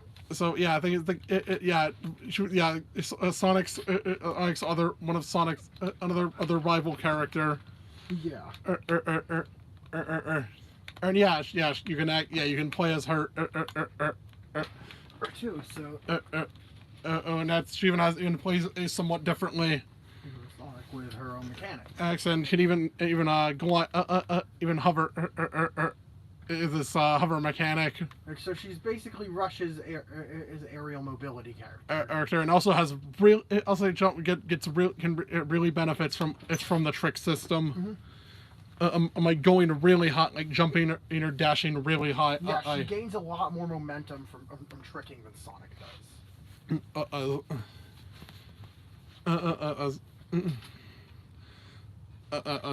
Yeah, she doesn't have to doesn't have any special stages. It is probably thankfully. Also, yeah, also the bosses, but just fucking drag. There's a lot of good, but also a lot of bad. Yeah. I can also, and well, that I guess that segues into Rush Adventure, which I just recently finished. Yes, I had the game back in 2015. And he couldn't figure out where to go because he thought he had to grind. I'm a dumbass. Yeah, it turns out I'm an idiot. And he was doing way more grinding than he ever needed to. Oh, and just thought it was boring because of that. Yeah, no. But yeah, this game does make an effort to correct a lot of issues. Though it does inadvertently introduce some more issues. Like how game over doesn't really mean anything. Like in this game. I mean, yeah, you can just restart. There's just a level select. So thankfully, there's no redoing in long portions of gameplay. Because I think it just auto saves after you beat it. Just auto saves after you beat a level. Though it is a bit padded out. It is a bit padded. And like with all these random hidden islands. Like with the random hidden island. With the 20 hidden islands. And which is a lot. And they're just mini levels. Also, you need to find all of them to get all the soul emeralds. Yeah, right. The races with Johnny. You collect the Chaos Emeralds by racing Johnny. You this robot pirate dude who wants the emeralds for treasure. Treasure, I guess. Well, the first few races are somewhat manageable. Good luck with races 6 and 7. Even if you're, and those aren't really doable until post game when you get the ability to upgrade your the wave cyclone. The wave cyclone. Yeah, and then you can just fucking trivialize. Because yeah, you are not fast enough. Unupgraded, you are nowhere near fast enough. Maybe the 6th race is possible, but I doubt the 7th is. Yeah, you need. And it's controlled with the stylus and the R button, which is just a really awkward control scheme. I think it's also mainly just that's how you have an extended boot. Like your boost gauge lasts longer, as well. Yep. Oh, it's just a very I don't know how to. And then yeah, you gotta play a random missions to get the soul emeralds. The writing's fun. Yeah. On Styx is a very Marine. No, I'm sorry, wrong mammal. Yeah. Wrong animal. Yeah. Marine is a very amusing character. Yeah, like how some they just get annoyed with her. The characters in game get annoyed by her recklessness. And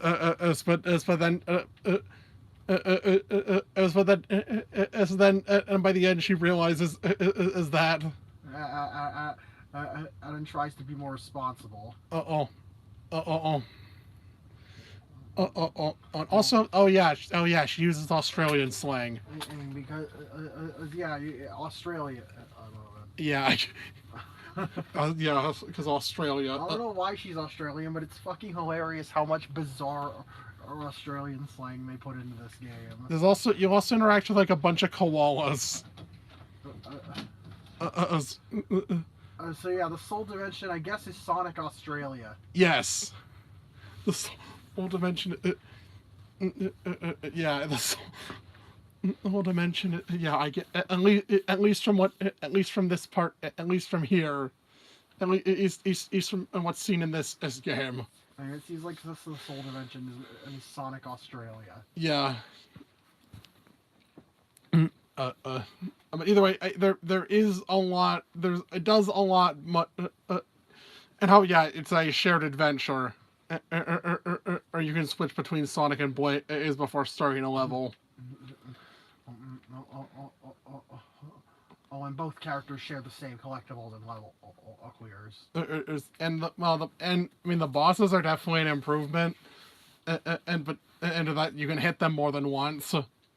Yeah. But some of the later bosses just fucking drag. Yeah.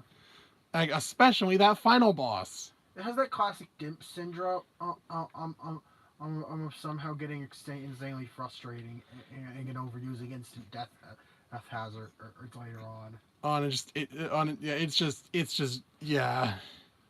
Yeah, a lot of the later level design is pretty frustrating. And like the normal final bosses can be really frustrating. And thankfully you can adjust the boss difficulty.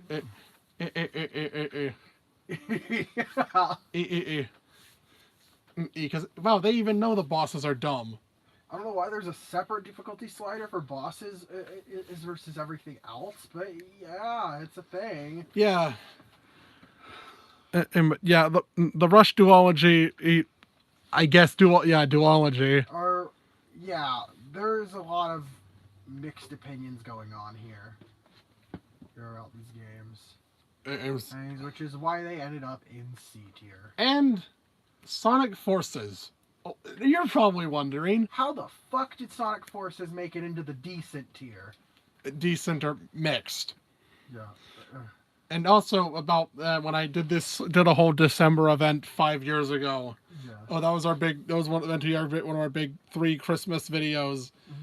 And then I gave the game a 10. Okay, yeah. I swear to God, that had to have been recency bias. Definitely recency bias. As in how I think I put way more time into this game than anyone else. Probably should realistically be putting into the game. Because, unless you speedrun it. Yeah.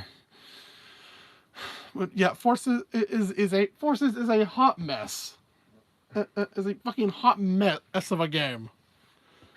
With wildly inconsistent level design. It's just very short, extremely short levels. Levels that are over in like less than only not even levels barely don't even go over like the 2-minute mark. Are many really bizarre? An absolute laughable train wreck of a story. That tries to take itself seriously. So seriously, but it's so dumb. And I got the fucking in localization, it said shit like Sonic was tortured. So they made things way more edgy than they should have been. Sonic was tortured, even though despite the next cutscene you see him. He looks fine. He seems completely fine. I know, it was just saying Sonic was captured. Sonic was tortured. Yeah, localizers added that in to make things more edgy. That's the fucking Pontac and Graph. Yep. Did that. Either way, Force. It's just classic Sonic. Classic Sonic is here. And they make Tails seem like a complete idiot for the sake of making it, for the sake of letting him appear in the game. Sonic, help me! That's Chaos Zero. That is Chaos Zero. You fought Chaos 4. Mm-hmm. Nope. It's just the fact. Also, alright, yeah, they advertise. Alright, the game just straight up lies to you. the game's marketing doesn't lie. I didn't advertise these characters as uh, main after these antagonists. past You'll be going toe to toe with these past villains. including Shadow, Metal Sonic, okay, Chaos, what, and Zavok, as well as a new one. So Chaos and Shadows, as clones are just dispatched in action cutscenes. All right, yeah, they're just illusions. And is this case of Zavok too? I think is Zavok an illusion too? Yeah, they're all illusions. Yeah. Yeah, it's including Metal. Well, no, I don't know why Metal. Why is Metal Sonic Sonic an illusion? in this game? And what the what? I mean, canonically, Eggman just kind of still has the guy. Yeah, he can. Yeah, he currently still uses Metal Sonic. Yeah. Yeah, no. But yeah, no, never mind. I know. Let's have him be an illusion too. I don't know why that's a thing. But it's just god, the fuck. Then you got like oh yeah, it's fucking Zavok and Metal Sonic get a full get an actual boss fights. Why does Zavok get a proper boss fight, but neither Shadow nor Chaos do? I don't know. Oh, it is just so stupid. Oh yeah, because with Chaos they didn't want to have to fully animate a brand new model for him. Oh right, yeah. That's my personal theory as to why I didn't get a proper boss fight. Yeah. With Shadow, I genuinely don't know why you didn't actually fight him. Yeah. Oh yeah, there was also episode Shadow, which is 3 levels. Was explaining in Infinite's origin. Which is stupid as hell. Infinite has one of the stupidest origin stories ever. Mm-hmm. Or yeah, he was from a group. I think part of a group of mercenaries. Is hired by Eggman. And Shadow beat him up and said he was weak. So he ran. So he left his squad and asked Eggman to modify him. And because he's so stupid. It's so stupid and petty and just stupid and edgy. Very hard to like this character because of how dumb he is. I wore this or that mat as to hide my ugliness, hide my pathetic face. Is that literally what he said? Something like that. Oh I was reborn.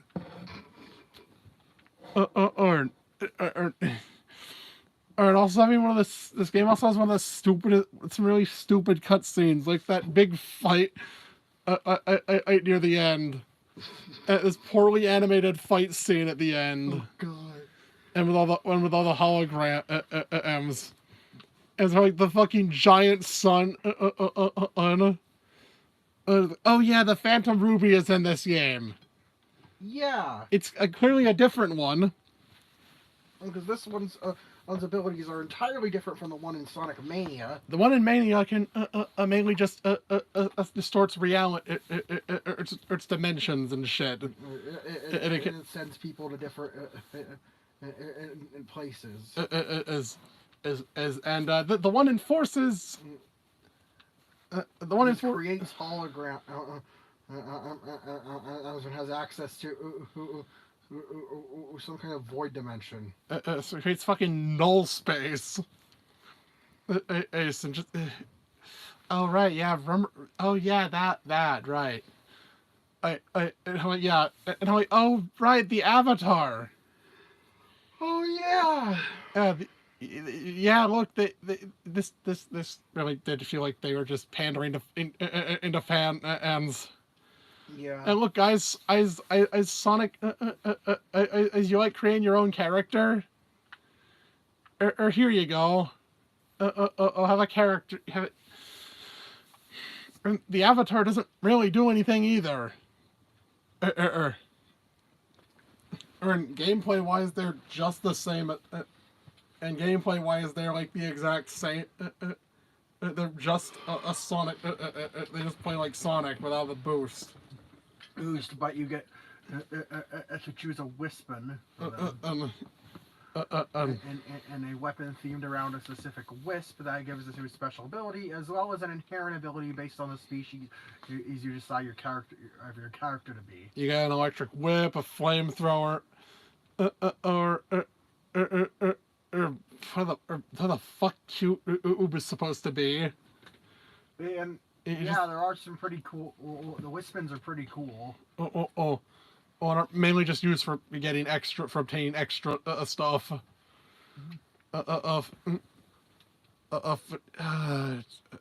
Oh yeah, classic Sonic. He's in this game for some reason. He doesn't control very well. Yeah, like they completely borked his physics. He has a speed cap. He has a speed cap. Like, why is he like this? Like no momentum at all, and just feels really heavy. You're just not good. Also, his fucking music is his music is ah. Oh no. Oh, they try and make them sound like have this Genesis sound onto it. But it doesn't work. Or it just fails. Also, yeah, Modern's levels aren't very. Modern Sonic's levels are also just. Bleh. It's just they're just straight lines. Lines. Lines. Yeah, they're literally just some straight lines, and they're just. But. With all of that being said, I put over 60 hours into this game. And the avatar I mainly just made a bunch of filled out every avatar slot. and leveled them up. Yeah, that's really not much in terms of actual gameplay, but no, it did actually get a lot out of this game because of that. Even if it is fundamentally very flawed. And also I even got every collectible too. Because I could. But why not?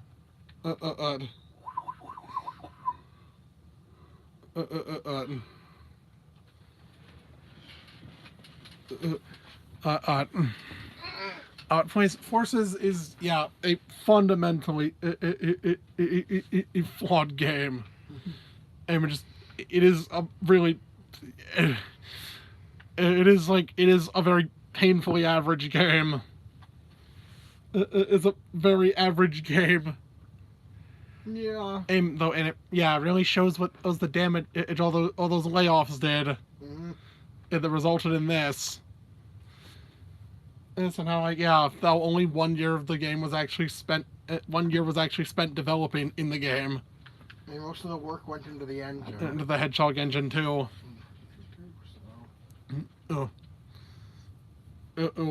I think this made it very clear. I think it was mainly just either people were getting sick of the boost, or it was formula, or it was just being handled. It was so mishandled here. The things had to change. Which took how many years for that? It took over. I think over 5 years. It took over 5 years for the next Sonic game. Forces fought so hard they wanted to make sure that didn't happen again. Make something that actually. Forces is like a budget title. Hell, it's even just $20 on is now. We got a permanent discount. I mean, for what it is at $20. It's fine. It's fine. Yeah, it was originally 40. Which is insanely overpriced. They weren't even confident. Mania was 20. Mania is $20. Mania plus the physical release of Mania is 30. Like between the two options, And then hell yeah, it's only 25 for if you're I've digitally. I think the choice seems a little bit obvious. So yeah, I mean, I guess it's fine. And if you want more Sonic, if you haven't played it already, It's not even really that much of a 3D game anyway. yeah. Because most of the 3D sections are just hallways.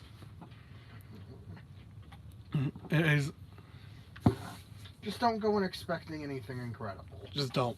Yeah, it was absolutely just recency bias. It's ranked at 10.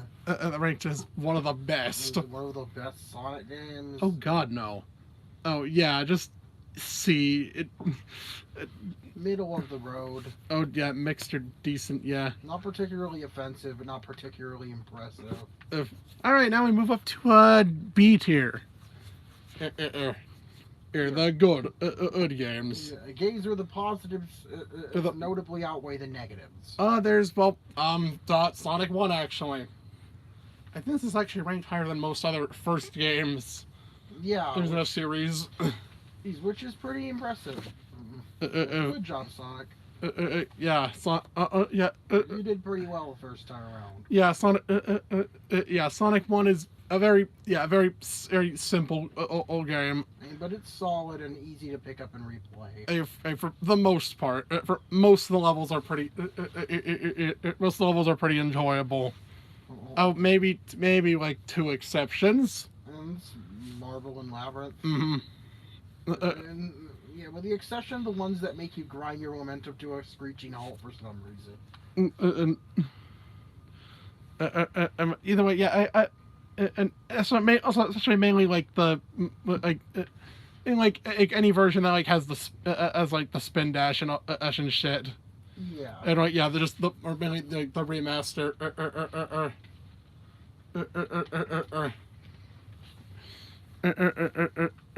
Yeah, the retro engine remaster or remake or whatever. Not Sonic Genesis though. Oh God, no! We aren't talking about that one. But for the record, I played that. It's miserable. I even got all the emeralds on that one. Wow. Why would you put yourself through that? I don't know. I just thought I don't know. It's something you that's Sonic Genesis is something you need to you need to see how bad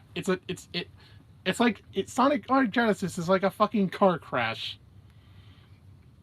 That's a very weird analogy for this. You can't. It's terrible, but you can't help but watch. It's like a terrible accident happening in front of you.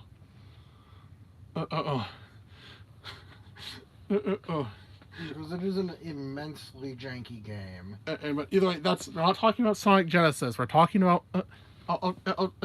we're just not that version of Sonic 1. And don't play that. Play any other version really. I think preferably any version that like adds the spin dash or any ash. If you have, I think there's a re-release on like every modern console at this point. Yeah. Also, there's Sonic Origins. And solid collection title. It has all of the tax and versions. Into the games. So. It has all the retro engine versions. And even at $40 might be a bit much for it. It does have plenty of extra content. And yeah, it's a bit and a lot of charm to it. But yeah, you're still getting. It's still 4 of some of the. You're still at 4 of some of the.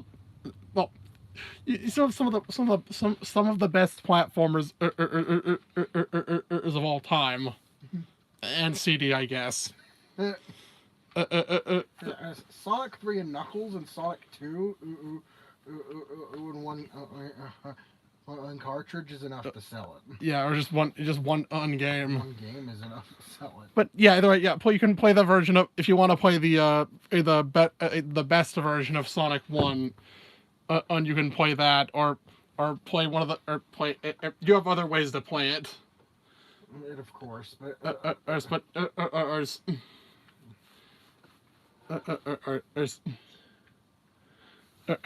yeah, anyway, yeah. Sonic 1 is is still a solid game. and even with its flaws. Then we have a Sonic Adventure. We have the adventure games. Man, Sonic had a rough transition to 3D. It's a bit of an over-exaggeration. It definitely is. And the transition actually was a lot better than some other franchises had. And I'd say Sonic did a transition pretty well into 3D, honestly. yeah, maybe some exceptions here. There are definitely some. There's definitely some awkwardness as to it, but overall, all adventure captures the spirit quite well. And well, okay, well, maybe if it's not, well, maybe except for Big. But why do you have to finish? Why do you need to play it? Why do you need to play a mediocre fishing game? Play a really frustrating fishing game. Frustrating fishing game. And to see the the final boss. Also, in every other segment, and just focused just on platforming and/or combat. And the thing is, I think Biggs was just meant to be this joke. It was just a joke character. That was, I think that was the whole idea. Yeah, he was just meant to be just meant to be a joke. Which is why he has nothing to do with the story.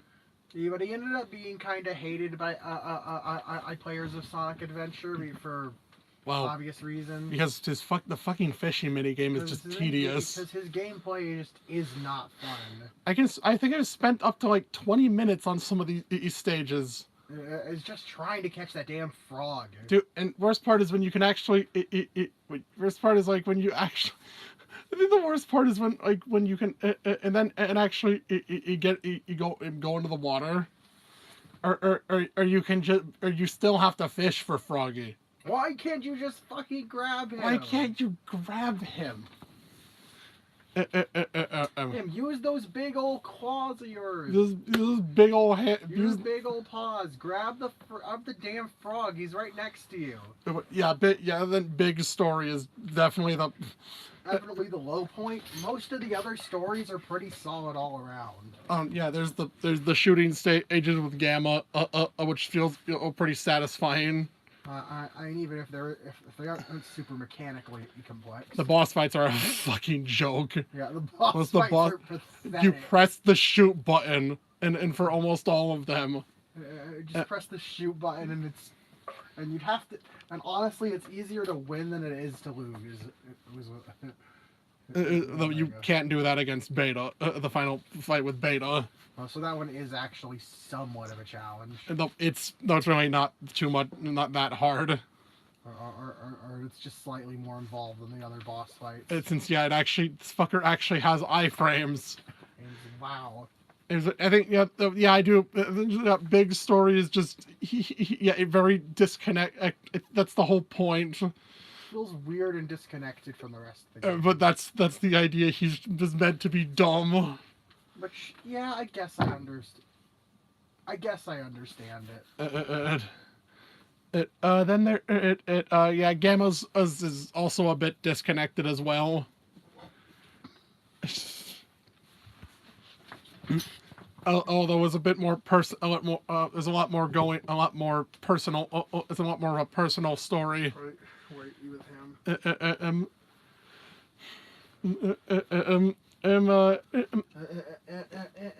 I mean, how is it the gameplay isn't stupid? Then there's the game also. It was also the first time Amy was fully playable on the main series. Oh yeah, that's gotta count for something. And also, she got her massive redesign, and instead of just being Sonic in a pink Sonic in a dress, as which is really all she boiled down to beforehand. and now and now with more of her own character. Or two. Oh, and I guess her and she has like the shortest. She has like the shortest story. In only 3 levels. Her game. I think her gameplay is fine. Yeah. I mean, and then there's like the main 3. The 3 with the the 3 with the. Then there's Then there's Sonic, Tails, and Knuckles. I'll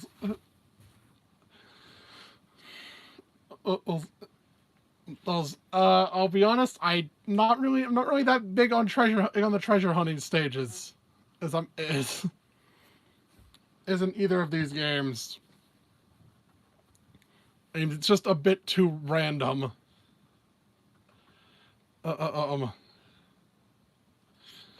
Yeah, they are randomly placed.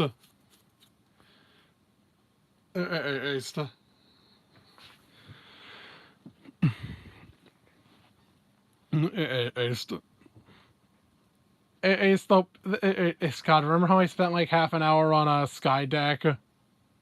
Back with Knuckles? Yeah, I do. Yeah, of course I do.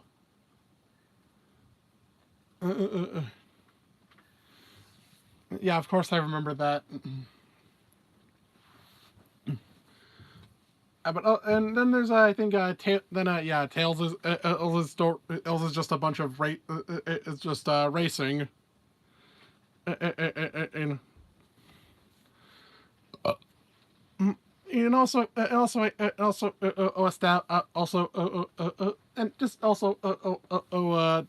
bit of personal growth for Tails. Els was gaining more becoming not realizing he shouldn't be relying on Sonic forever. Yeah. Or help fucking save Station Square by himself. Yeah, we all did it together. I did it all by myself.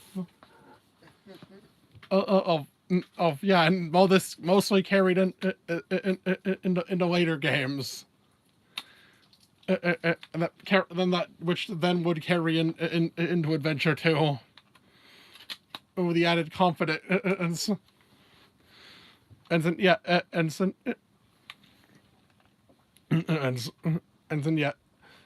for the racing, even if Tails' racing is a bit like really easy.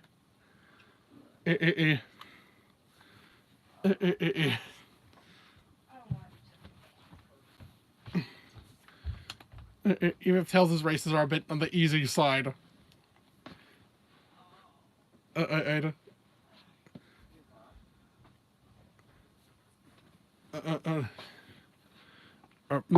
then there's mainly Sonic stages.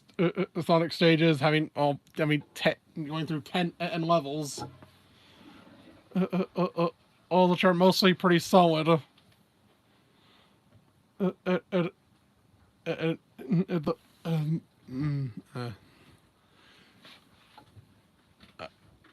Okay, yeah.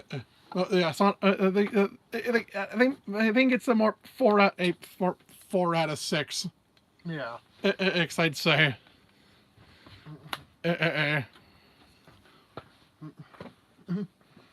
With Sonic Adventure. Yeah, Adventure.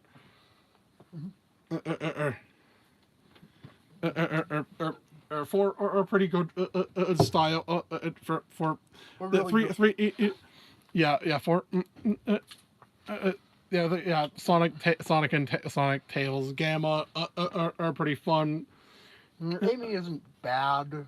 Knuckles is just it's yeah. I couldn't say Knuckles is the treasure hunting is terrible. Just not super fun. Then there's Big. Mm-hmm. Yeah. Egg. Yeah, then there's Big. Mm-hmm. Egg. Egg, who is just... Yeah, I don't need to explain what... I don't think I need to elaborate about it on Big. Egg.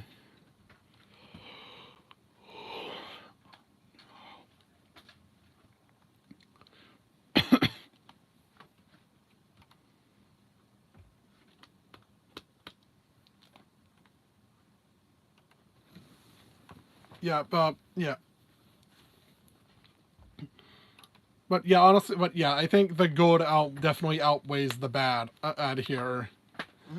Which is, why it's in the good tier. And Adventure 2, despite well, there's actually, well,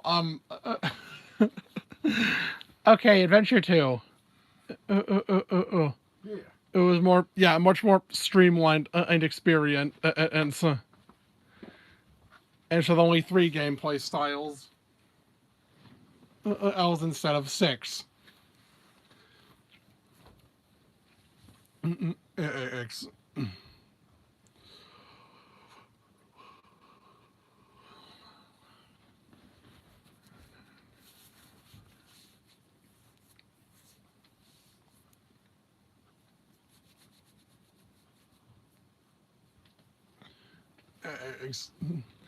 X, and yeah, definitely more refined gameplay.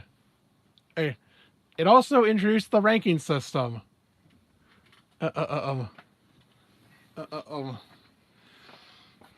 Which is is typically something I mainly in older games I typically don't bother with.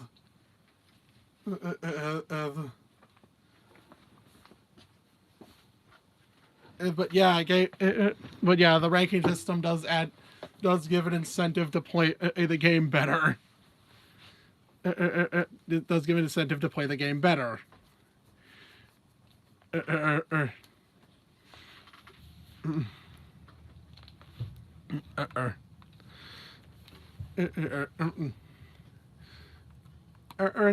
for the most part, I enjoy a lot of the levels. Again, mainly the treasure hunting in stages, and like the last two hero story, the last 2 hero story levels.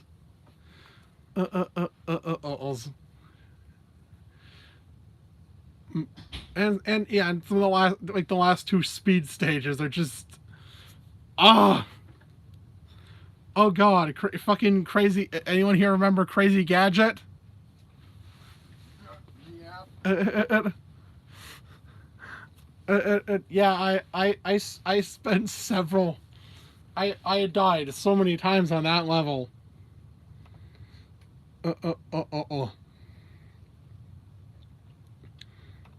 I spent so many times. I died so many times on Crazy Gadget, and then Final Rush shortly afterwards.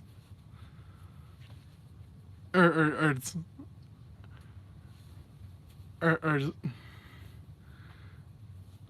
Crazy Gadget like found a new way to fuck me over every time. I'm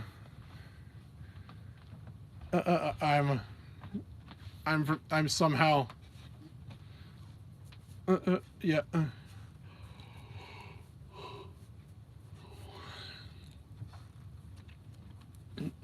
But aside from like those last 2, like some of the like a lot of the yeah, like aside from some of the stages near the end, like those and the end of the last few speed stages in the hero story.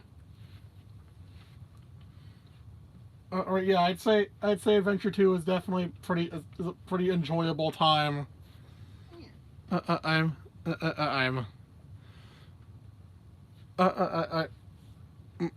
yeah, definitely, yeah, outweighing the negative.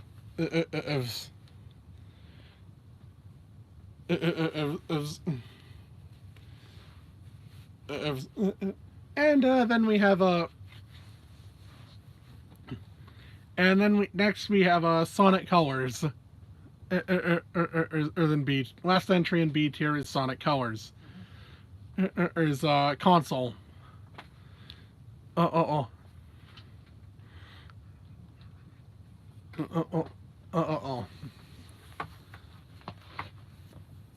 Sonic Colors on console. Yep. Oh, this. I have a. Oh, well, this. Yeah, it's pretty. I think it's pretty good. The wisps. The wisps are actually more. They feel more natural parts of the game. And how like they're directly tied to like your you kind of have to use them. You need them to get like most red rings in the game. And also for if you want to get an S ranks on the regular levels. On the level in these stages.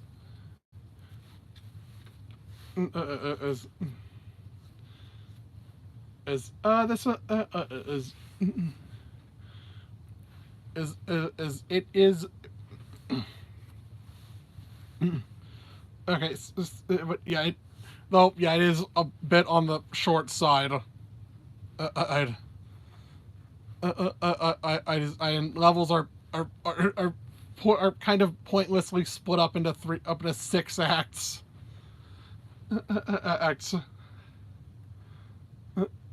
X when really they should just be 2 acts.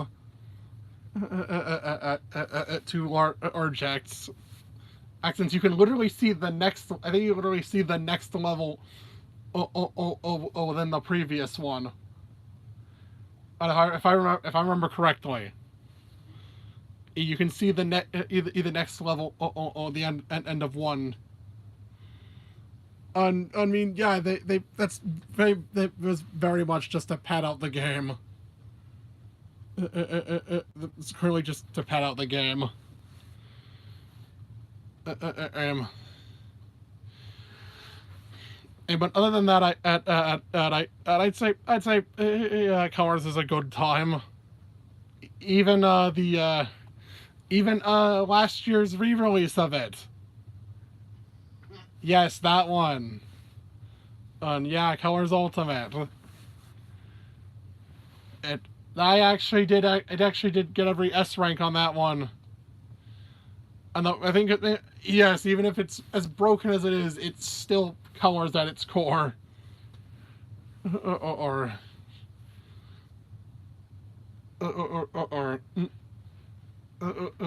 which is still a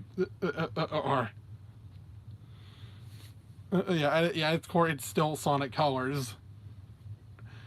There's even with how messy it is. Even with how messy it is.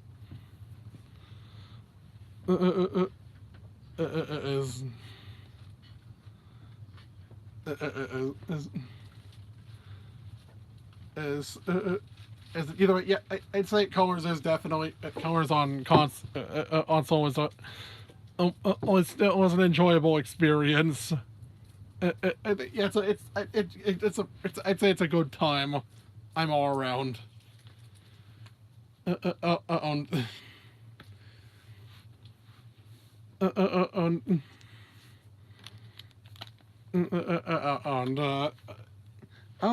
that covers B tier. Yeah.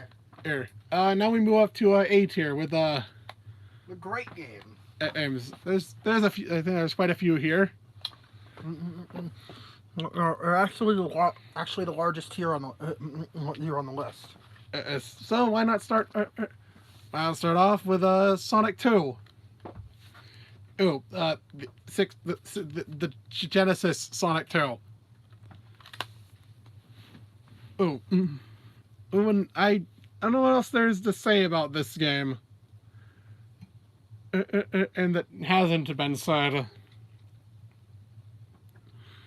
And yeah, it takes what work. It takes everything that works from the first game, and just does it as everything does it a lot does it better. Introduced introduced the spin dash. Introduced tail. It was the introduction of tail. Ills the spin dash. Ash supersonic.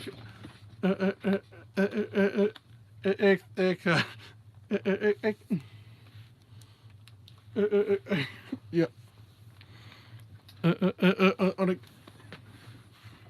The standard structure or level structure, a standard 2-act X level structure.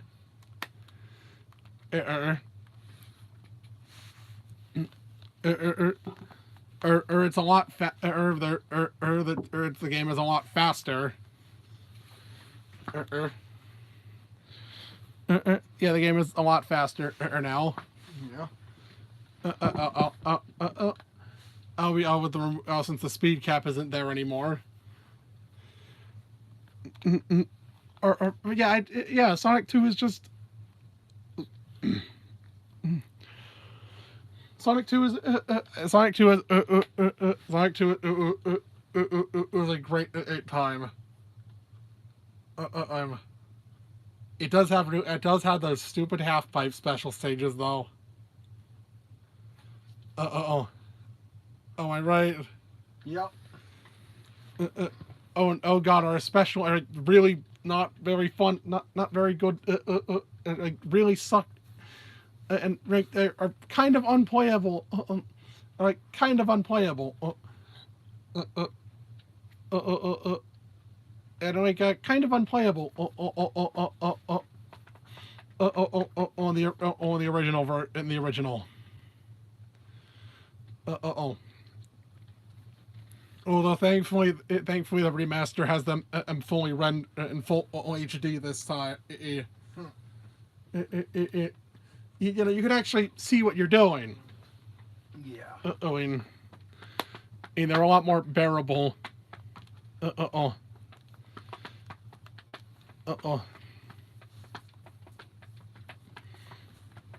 Oh, but yeah, I don't know. I don't know what else there is to necessarily say about Sonic 2. Well, it's just a really good game. And yeah, and well, yeah, just took everything that worked in the first game and just us improved upon it, and it added a bunch of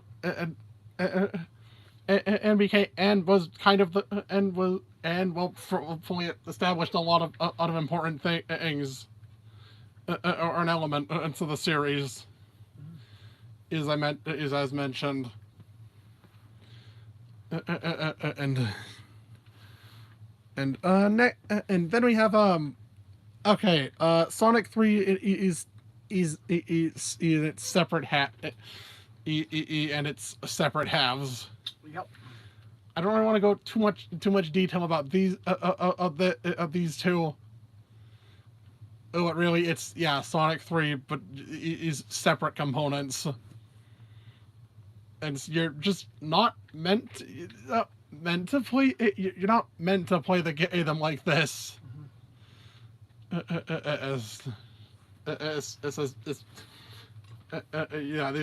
not meant to play these games on their own.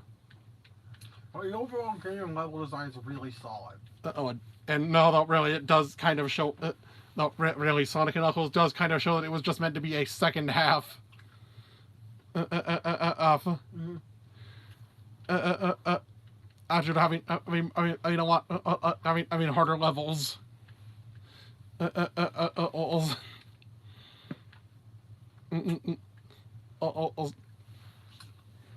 Really, you're not meant to play these two separately. Yeah. You'll go more into detail shortly. Oh, spoilers. But then A tier.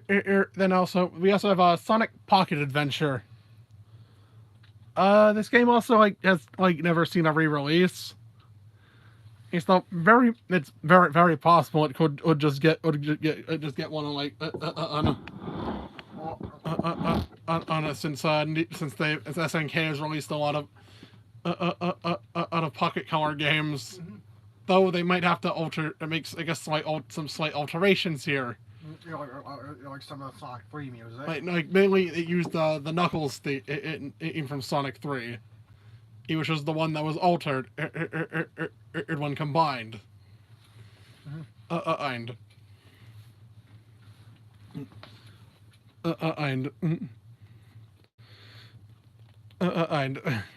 or just replace it with a different track or something.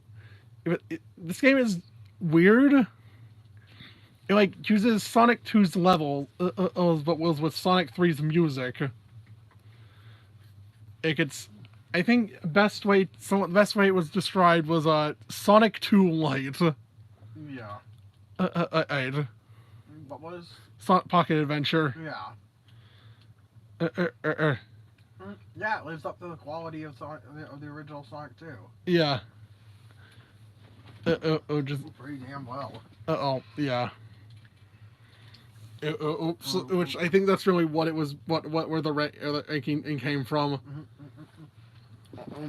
I mean, it tries to do a few interesting things, like be a prequel to the adventure games. I guess.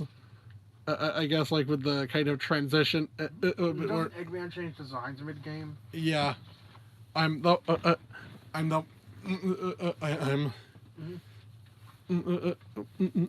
yeah, it's like a weird transitional game.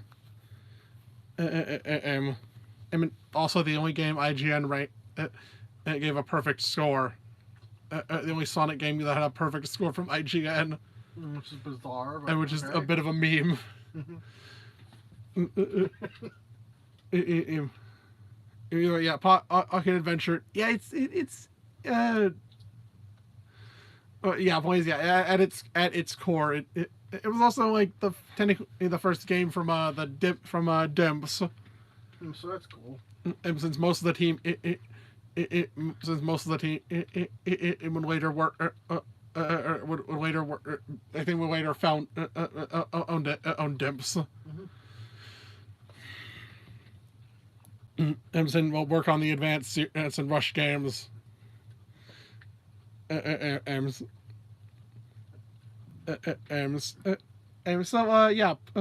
Adventure.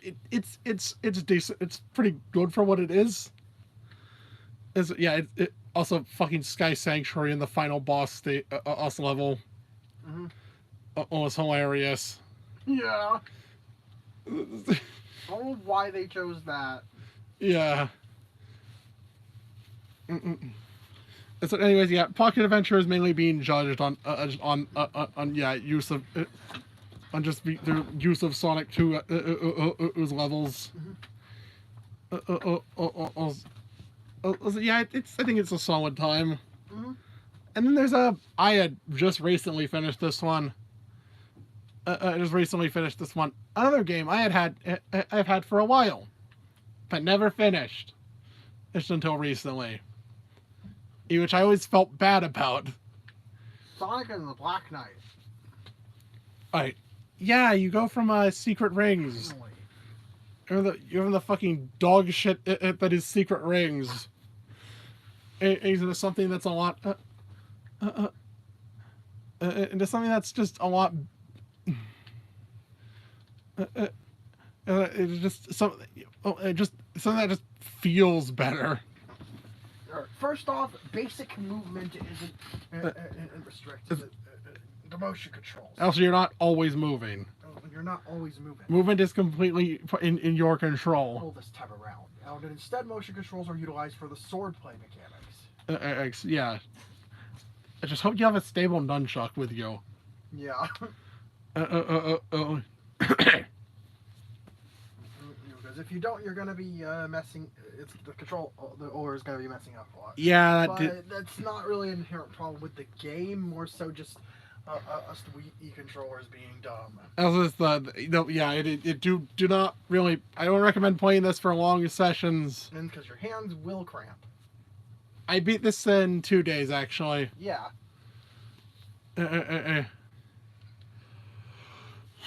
Yeah, it is a very short game. But for the most part, it's a blast to play through. And does the motion controls way better than Secret Rings did. It's also just the end game kind of gets a little bit frustrating. The end game kind of falls off a bit. Though it is cool you get to play this was the last time you got to play as any additional characters in 3D. Yeah. Tails with Knuckles, Shadow, and Blaze. That's pretty interesting. I'm sorry. Lancelot, Gawain, and Percival. Yeah. I'm pretty sure those were chosen because they were all Sonic's rivals. At some point. And yeah, and I'm pretty sure the unlockable characters in multiplayer being I think Lamorak, Galahad. Galahad is silver. And Lamorak is Jet. Huh, that's cool. I'm assuming that it was just us because I'm assuming it was just us. The ones they had good models to work with for. And then and also they're probably meant to be part of the story, but just due to time, didn't end up getting incorporated. And what is interesting though is that Galahad is in the story of King Arthur. Or is Lancelot's son. Lancelot's represented by Shadow. And Galahad's represented by Silver, which lends more credence to the theory of Shadow. Shadow being Silver being a descendant of Shadow. Yeah. Oh, that's pretty interesting. Meaning that his inherent psychic power come from chaos energy. They come from the chaos energy in his lineage. Yeah, that's interesting. Either way, I think Black Knight just does a lot right. And progression is a lot simpler. And more enjoyable than Secret Rings. And it's a lot clearer where you're supposed to go next. And it ends up being a far, far more enjoyable experience for it. And just the setting.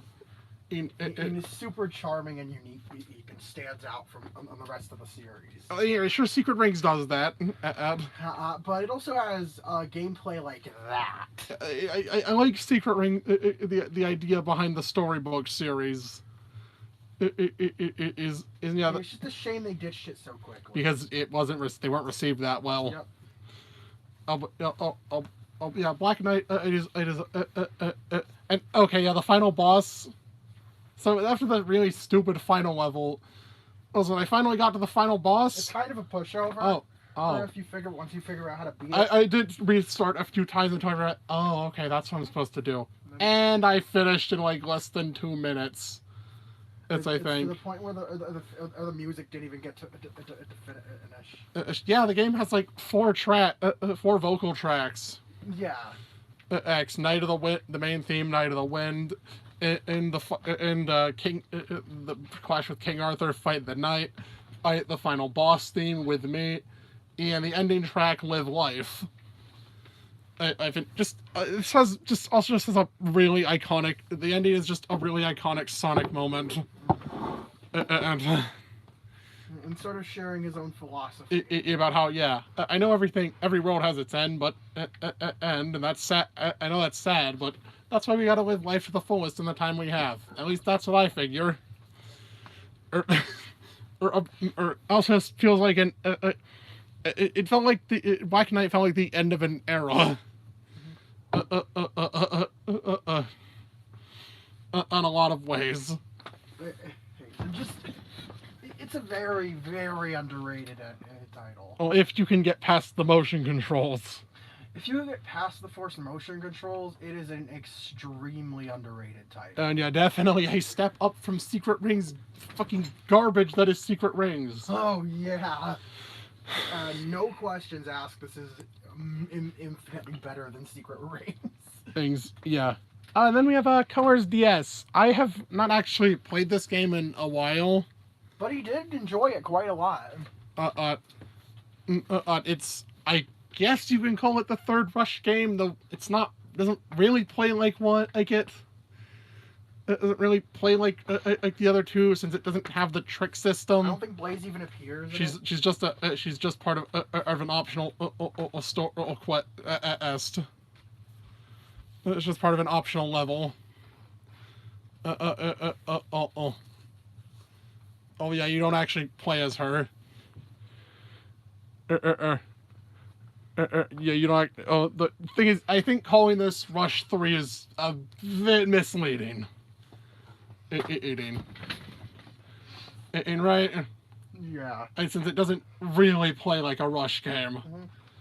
I mean, it just happens to be a handheld Sonic game. A handheld, maybe a 2D Sonic game and with a boost. So yeah, it doesn't, because this one uses the wisps and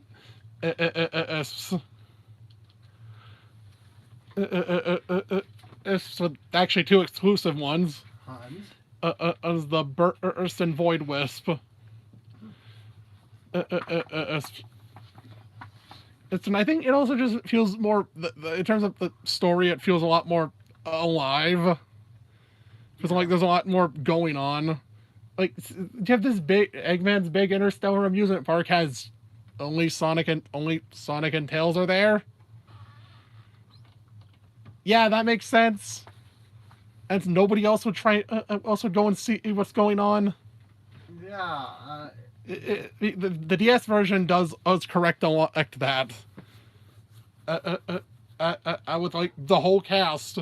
Basically, the whole cast of the Sonic series. Is you got Team Dark, Knuckles, Team Dark, Arc, Team Chaotix, it's Big, Cream, Amy, Team Rose as well. Even Silver and Blaze, which actually bring up, which if I'm correct, their dialogue actually somewhat brings up how this almost feels familiar over them working together. Or implying that the events of Sonic 06 are kind of semi-canon and that they were erased, but the characters have fake memories. Everyone had like amnesia. Has like amnesia regarding the events. I think that was Word of God. Word of God. Basically, everyone forgot the events. Mostly forgot the events, but they still have like faint recollections of them. Also, hence why Crisis City is in Generations. Yeah. And so I think it's both versions are actually canon. Of what? Colors. Colors, yeah. It's just that the things that you see in the DS version just happen off screen and on console. Oh, and vice versa. Also, this one actually has a supersonic final boss. So that's also, cool. the Mother Wisp. Gives actually have the fucking Chaos Emeralds actually do something. And it is I think easily the okay, yeah, I'd probably say objectively the best of Dimps' work. Well, there's one we'll get to later, but I'll explain that. But either way, yeah, Colors DS though I haven't played it in a while. I haven't played it like since I got it. And I remember being a really solid time. I'm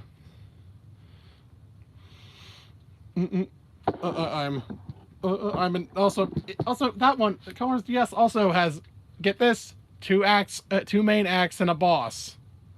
Yeah. Also with some optional missions. And instead of 6 acts. Action the boss. And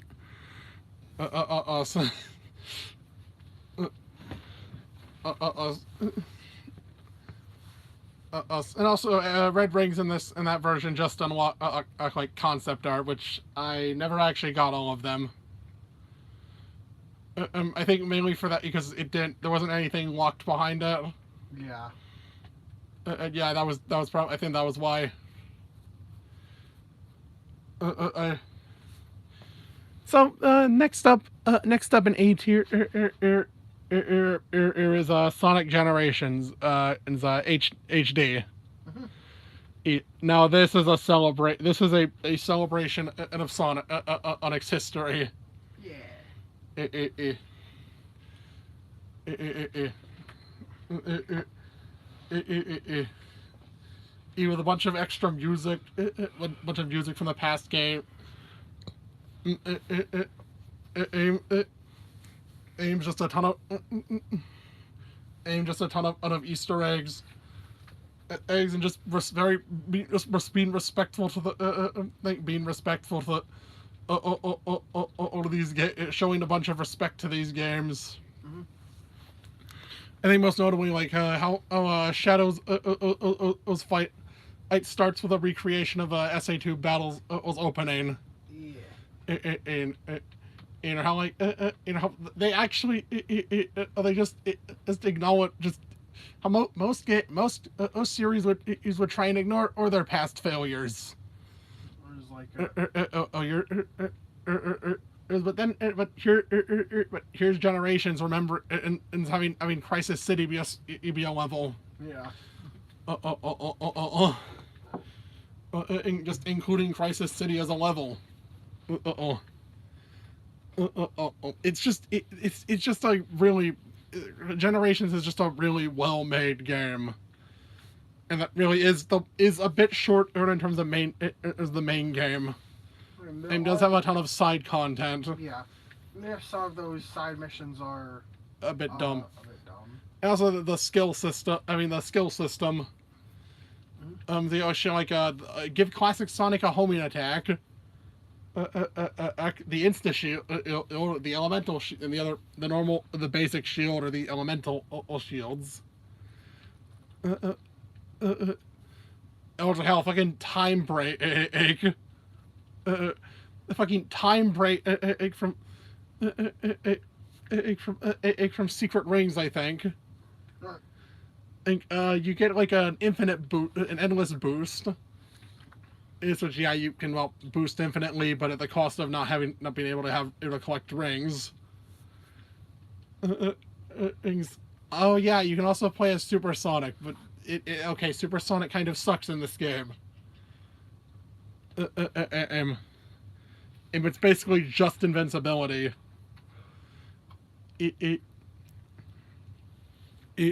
For classic Sonic, and modern Sonic you barely even get to use it. Yeah. You barely even get to use it because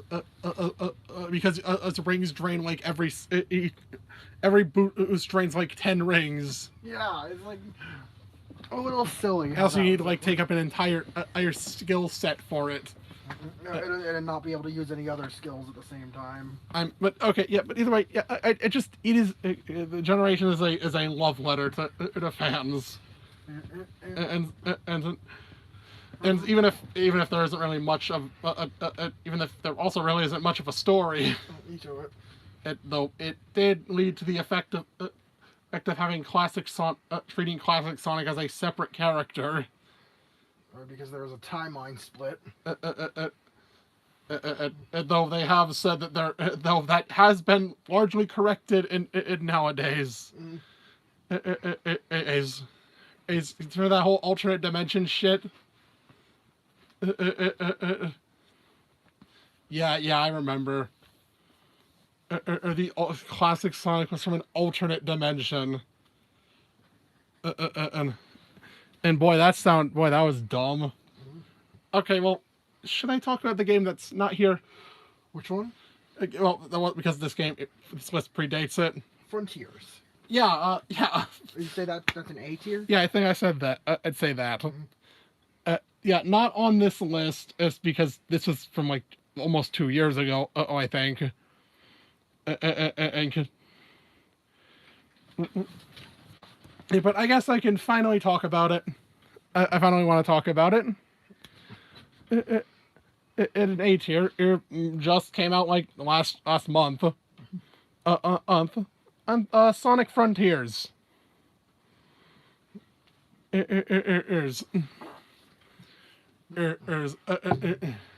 It was the most open-ended Sonic game to date. This I think this was a much needed change. This was a much needed shake up. Especially after the mediocrity of Sonic Forces. Isn't clearly it's just they need to retire. Clearly need to retire the boost gameplay.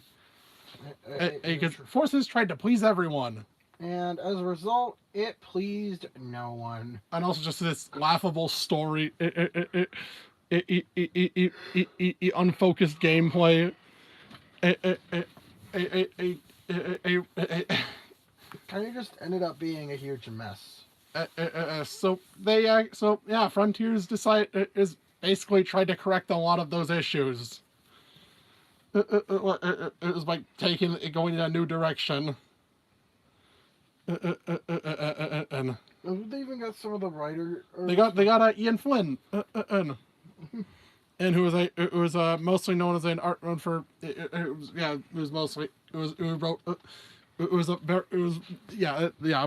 for Sonic for the Sonic comics. Mm-hmm. It's both Archie and IDW. He was also the writer for the Mega Man and series. So it was super cool to see him on board with the People story. have been asking for that for years. Yeah, Sega took those requests. I think it was the game's director. I think it was Izuka that pushed for it. Yeah. For Ian Flynn and to get involved. And handle the story. Then we handle the translation of the story. Mm-hmm. And localizing the story. So it's and so I think the game. Okay, calling the game. Having the game. I think calling the game open world is a bit. Open world. Yeah, I think that they didn't actually call it. They had to specify interview. It's open zone. As in you can go basically anywhere within the specific zones, but you have to do finish one zone before unlocking the next. So I think more like Mario Odyssey. Mm-hmm.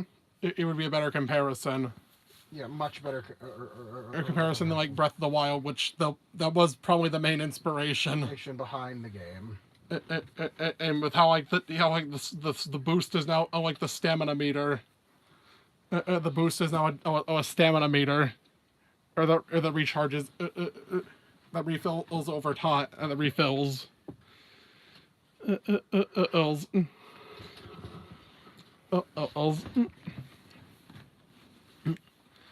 Yeah, with one that refills over time. Mm-hmm.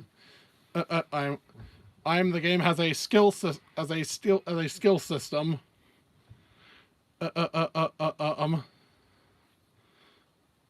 game has a skill tree.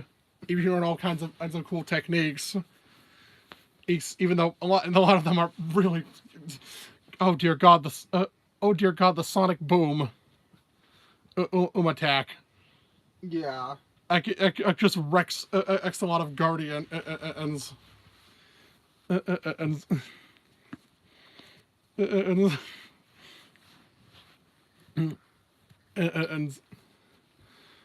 it just wrecks a ton of Guardian and fights. Mm-hmm. Squid. Yeah. Squid. just the splat. Fucking name pops up. Squid. Squid. Boom. Either way, I didn't think normally I normally I think it's Sonic and an open space and an open field in space like that.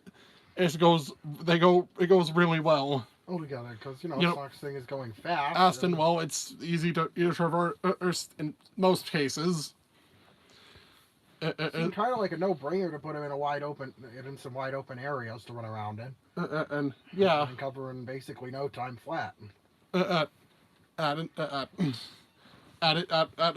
exploring, it just felt like a lot. It was just it was just it just felt like it was a ton of fun and just running through into the zones. And the map is even and the map, well, not the most intuitive thing ever, or works really well once you do figure out how it works. Like how the meter, the tracker at The the bar top. at the top. So basically, stuff you're facing towards is in the center of the of it. And you can also like if it's like you're looking for, you can go put a beacon on it. It's so that the bar at the top tracks that. Say if you're looking for a cyberspace area. Or that isn't yet registered on the map, but you know its coordinates. Or like you're trying to find a certain guardian, find where one of the guardians spawned. And it's really helpful. There's also a big fishy mini game. Which it's extremely simple. Well, but it is very fun and honestly pretty addicting. Just see what kind of shit you can pull out. Like a bunch of classic stuff. You pull a bunch of like classic springs, monitors, bad necks. It's just Sonic holding a blue-ringed octopus. It's honestly extremely amusing. Seeing Sonic with these realistic animals. Well, it's a really easy way to level up too. Really easy way to earn. And hell, if you don't want to play the game, you can just grind out memory tokens and vault keys. These are the fishing mini game. And if you don't feel like playing cyberspace levels or farming memory tokens. And so really, there's a lot of different ways to approach the game too. Yeah, no, really, it's been like the Starfall bonus, the Starfall events, and so you can get a ton of fishing tokens. You get a ton of purple coins.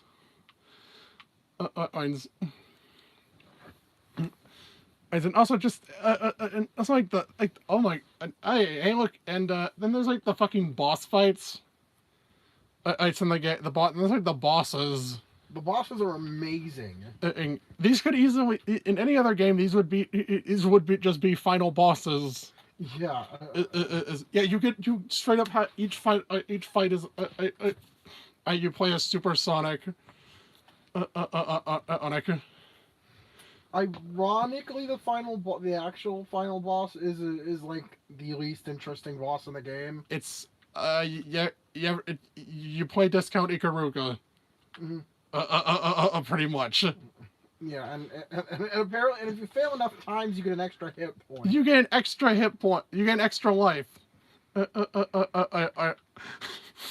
the game, it's like the game fucking pities you for that, for failing. Yeah, and this phase is cut out on easy and normal mode. You only Don't do it on hard mode. If you set the difficulty to hard mode. Thankfully, you can play through most of the game in normal mode, and just switch to hard mode. Then just switch to hard mode to see that extra phase and dialogue for the final boss, and also get get the credit and get the different credits track. But the end, if I'm correct, is what it's called.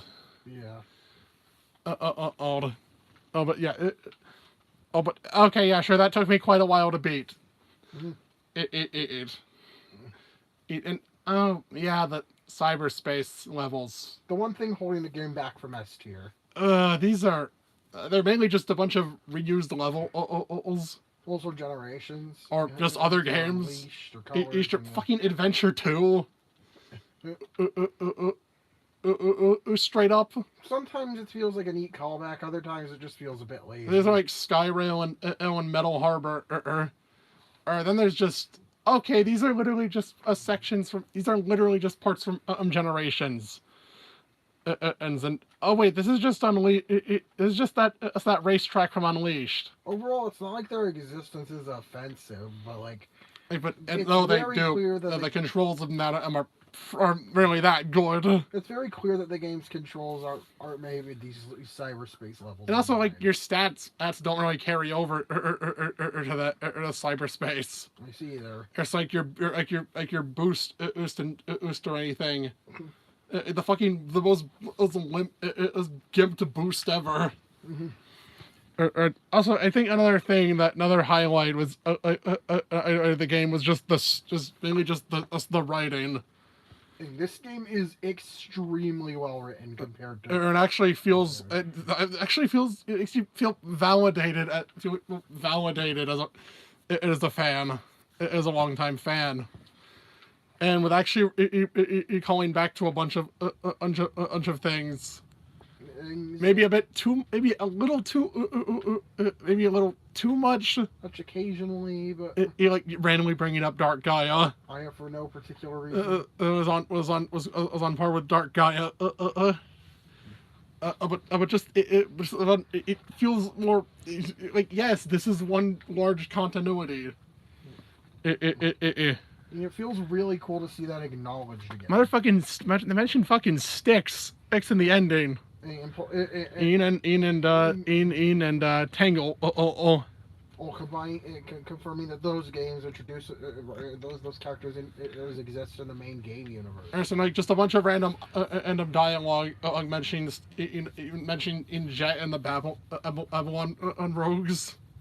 Which is super cool considering those characters are basically forgotten. Yeah, and they're basically forgotten for more than a decade. And how even like a name drop of even mention in a Blaze is as well. Mm-hmm. Oh, several events are brought up throughout the game. The stuff like the Arc Tail Saving Station Square, Air Neo Metal.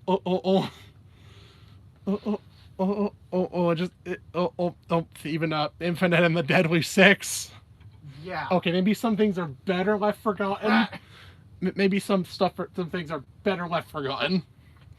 But the way that it just handles the character, the cast is cut down a lot.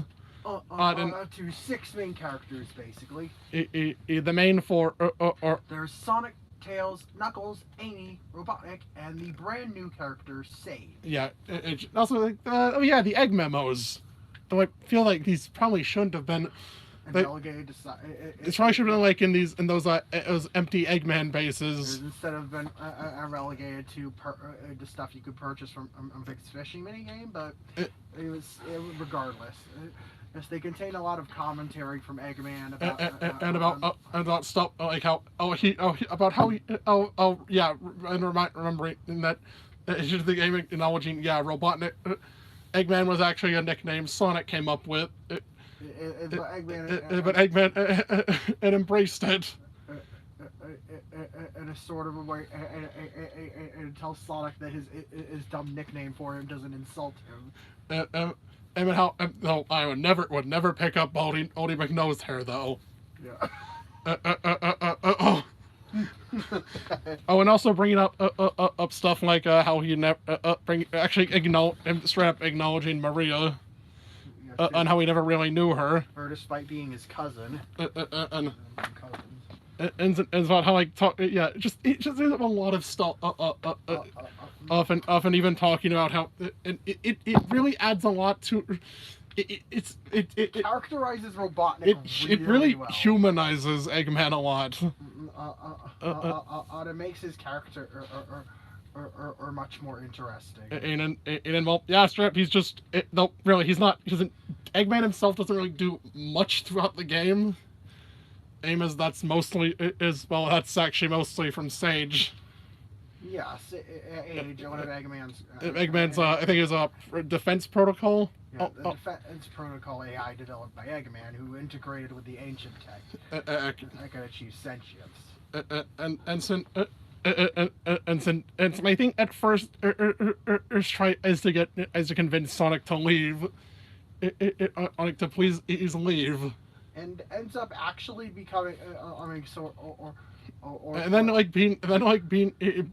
being seen in that interaction with Sonic and Tails as about other true friends.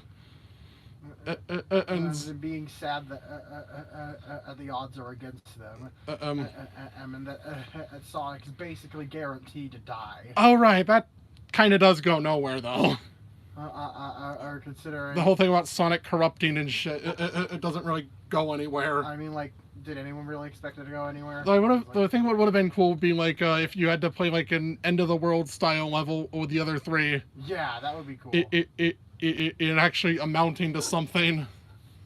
But it's not horribly handled, at least. Oh yeah, just the characterization of these three of Tails, Knuckles, and Amy. This is one of the most grounded you've ever seen Amy. You're not being the butt of all jokes. Oaks and being the whole thing about being obsessed with us with Sonic. Yeah, that's a very Or just Knuckles being remember Knuckles bringing up about how yeah, he's the last of his kind and is always alone. Oh, I never go and can't really go anywhere. Yeah, and all the characters sort of. Or then Tails bringing up his bringing up his portrayal in throughout the 2010s. Yeah. And so how he's wild. Then I'm wildly inconsistent. And yeah. Yeah, it does feel yeah. Oh, and then God, I think the ending. And I'll admit about the ending. Yeah. It kind of got to me. Yeah. It kind of got to me. Sage's moment. Major. I guess spoilers. Major spoilers. Major spoilers. Is for Sonic Frontiers. Is if you haven't played it. And Sage's whole moment of self-sacrifice. Though, thankfully, post-credit scene, you see that Eggman was able to recover her. But it gets you if you. Especially if you went and found all the egg memos. Eggman genuinely came to care for Agent his own diet. Yeah, she even calls him father. And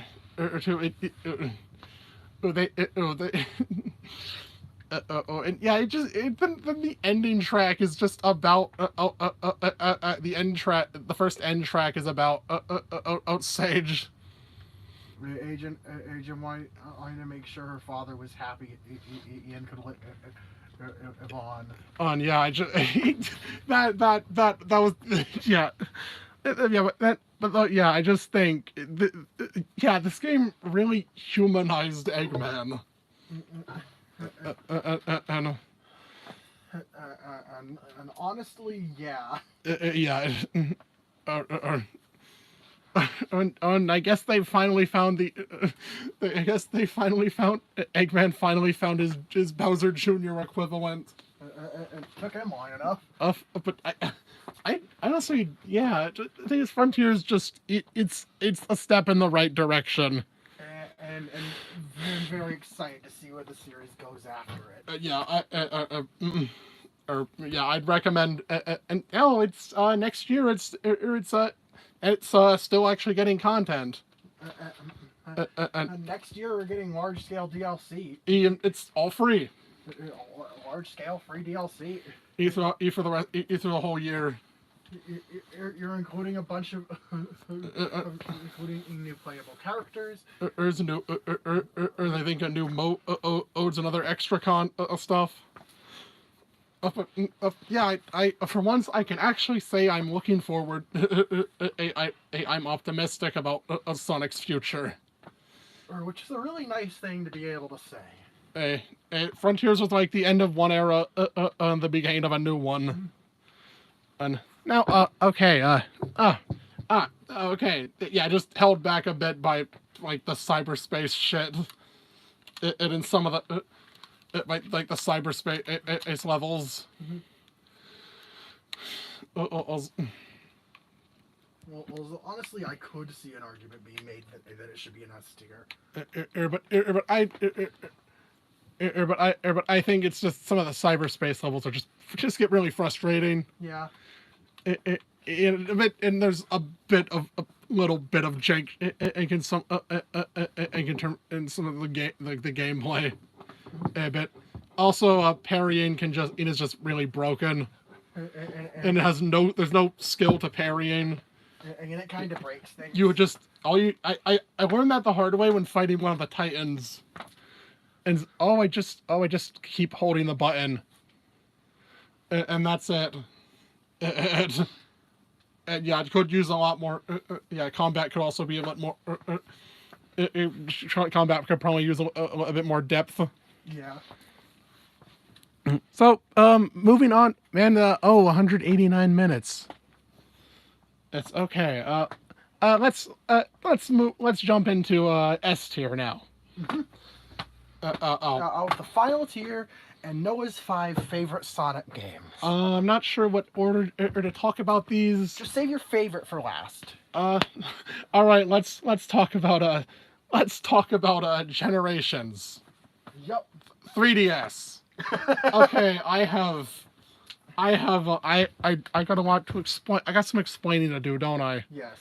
Okay, so okay, this is actually my first Sonic game. And obviously it means there's a lot of nostalgia for it in play It here. is mainly a lot of nostalgia. Yeah, I know it really could have been better. It could have been more of it, or focused on it's on Sonic's handheld history. There is missed potential. I know there's missed potential there. There is indeed missed potential with it. But I don't know. But Camera moment. But I don't know. It's just. I actually did go and I did actually eventually go back and S rank everything a level alone boss. Awesome. Also, and I'd say it was a somewhat satisfying experience. And I guess this game has a more accurate physics for classic Sonic. Yeah. It doesn't have the really broken spin dash. Ash.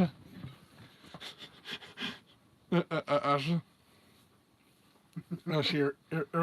Yeah, it really probably is just a lot of my out of nostalgia. Talk with this one. Yeah. But yeah, I have put a lot of time into this game. Gen's 3DS. It's maybe more than the console version. And I mean, collecting in stuff is actually. I mean, yeah, S ranks aren't just piss easy to get. At here.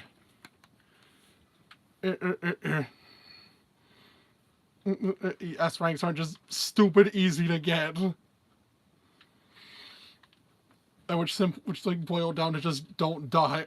Just don't beat the level without dying. And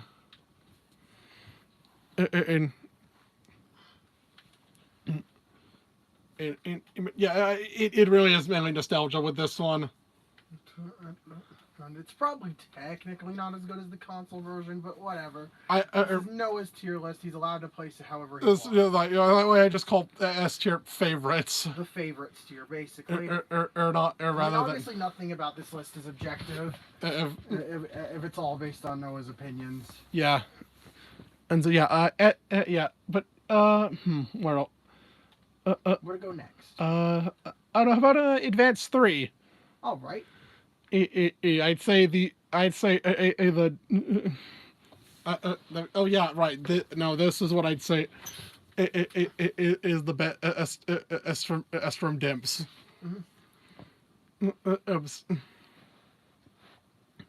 It refines everything. It refines a lot of.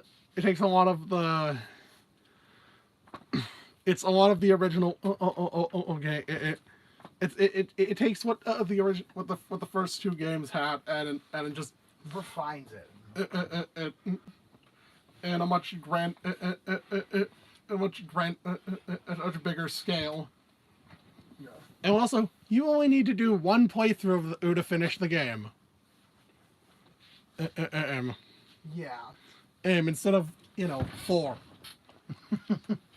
Or I think the character, I think the combination. I think the whole team system is really cool. and pretty well implemented too. Is you're gonna swap between them anytime I'm on the map. I'm on the map. But how collecting entering special stages is very simple. On this one. Oh, you just need to collect 10 shell. And then find a key that's in a random level. And find a key in a random level. I think it actually since I think speed, platforming, and exploration are like one of the three core mechanics. Yeah. The three element and three elements of Sonic. There.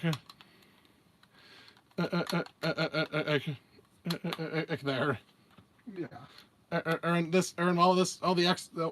The Chow encourage exploring and trying different combinations. And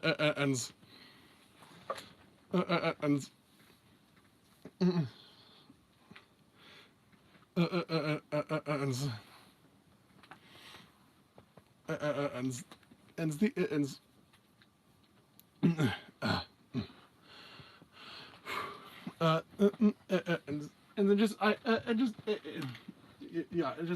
so this was just how the level design is actually isn't extremely frustrating. The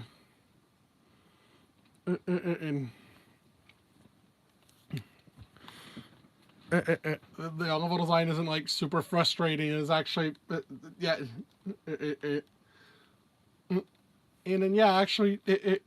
then it really does. The game just does a lot with its mechanics. The game just does a lot with its mechanics. And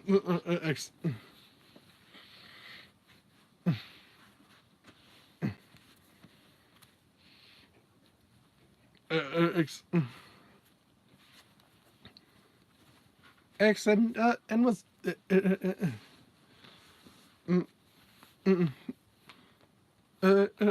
and I think was also the last game. I think also like the last 2D game for a while to feature multiple playable characters.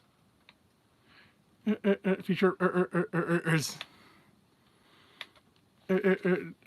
feature a wide selection of characters to play as. As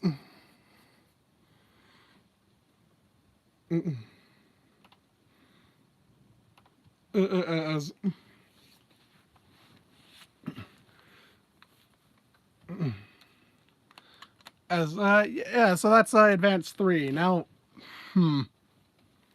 What next? What next?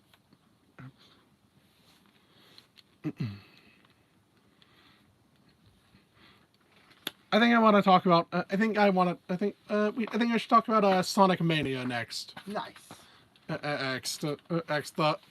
Which a love letter to classic fans. And it is a love letter to classic fan, and just really refined. There is so much charm and polish in this game. By fans for fans, by the mania for the mania. Whatever that means. Whatever that means.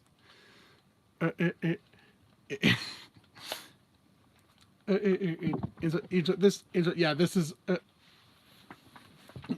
really how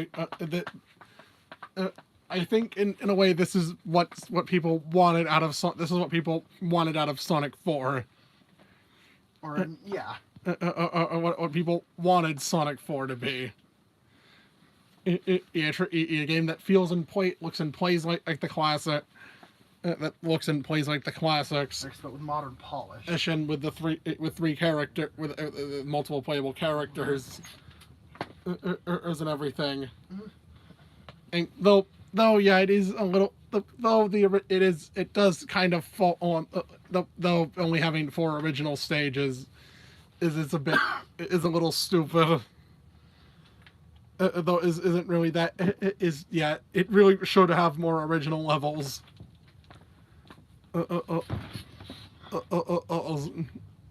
Also, I think what they did with the returning stages, what they did with the returning level makes up for that. And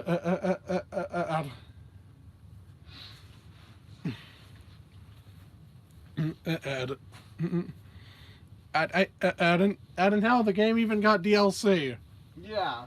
Even Mania Plus, sort of encore with encore mode.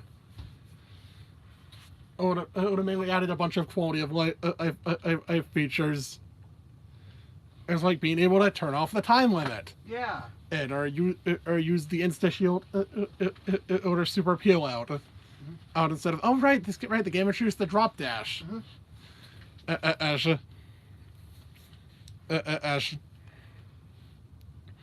Ash, which is kind of becoming a standard move and a part of Sonic's moveset now.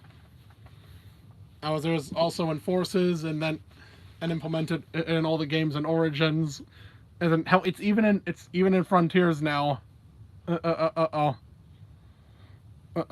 it's now part of the modern moveset. Yup. And yeah, it's a very it doesn't sound like a very it doesn't sound like an interesting ability. But it works. Or it's just jump and then just hold that button and boom. There you go. And off you go. Though I kind of wish there was a max control button option, and which I think, which is kind of that. Which I mean, there actually is something you can do in like the debug menu, or like the level select. It'd just be cool if it was a regular option. And then there's in addition to just Sonic, Tails, and Knuckles, Encore mode DLC added, Mighty and Mighty and Ray. Hey.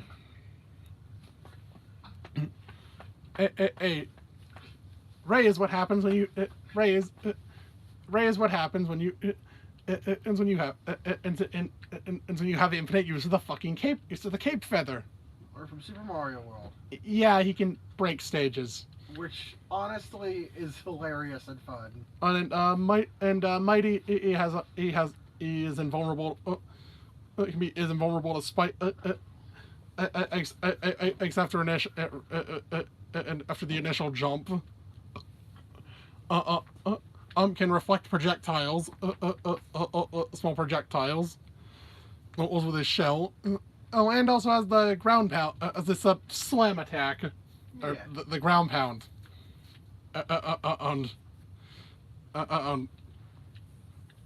Weird how these two kind of have. Weird how Mighty and Ray kind of have a lot of Mario elements to them. Yeah. It's kind of amusing.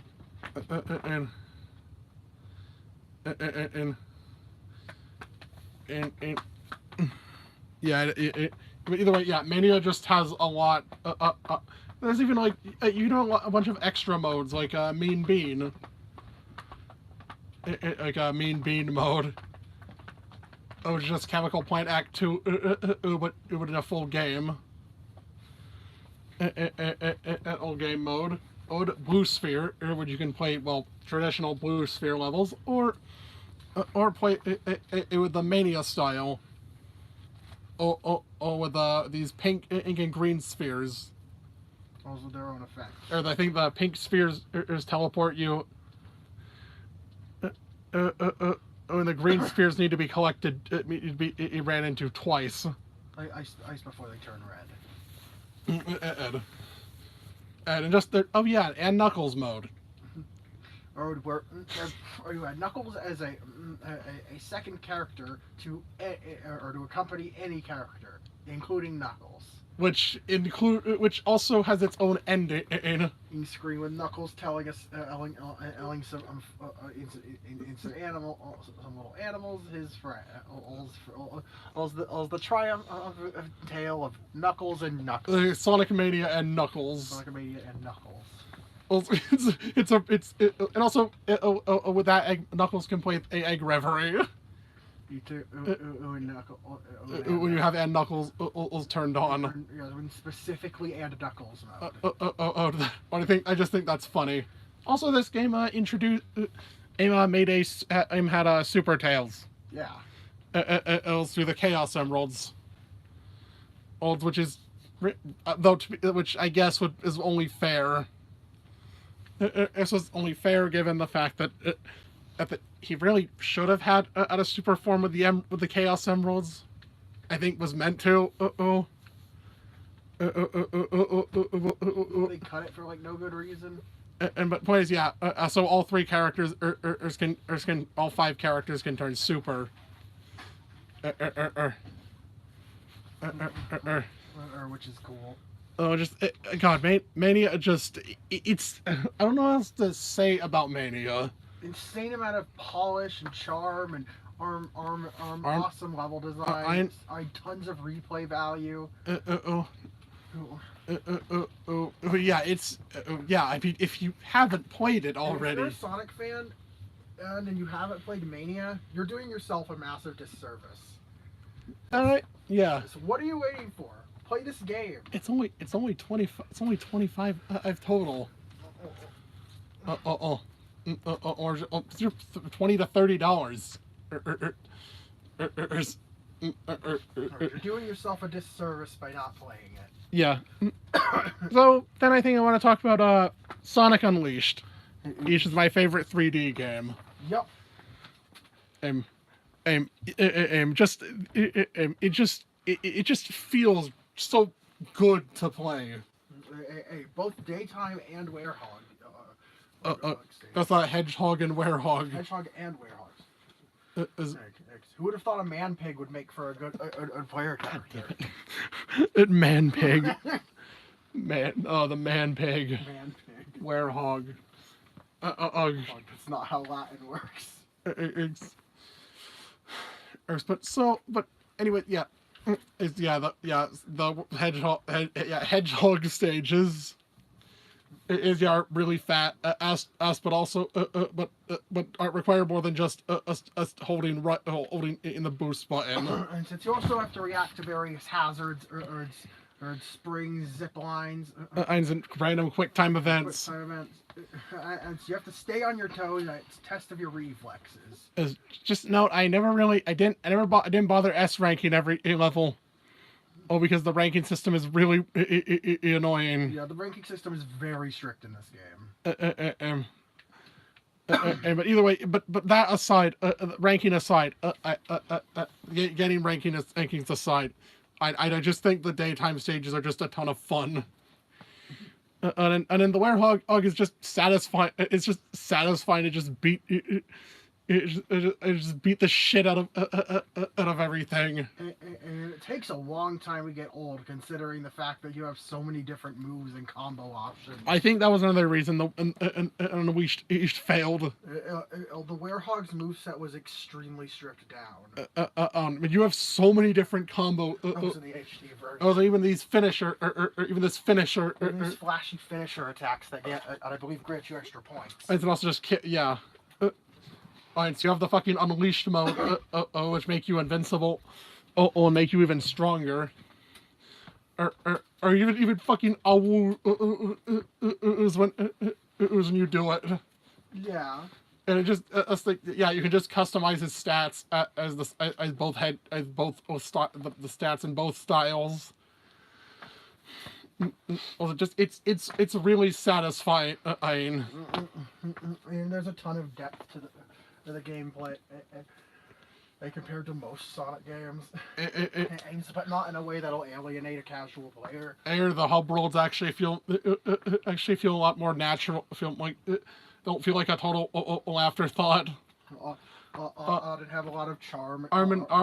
Characters. The human characters look like something straight out of a Pixar film. And look more natural with Sonic's world. Or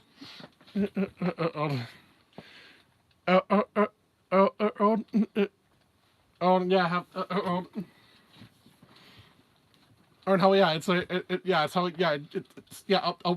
world adventure. Sonic World Adventure, or just the amount of different and culture is represented. It is super cool. Oh.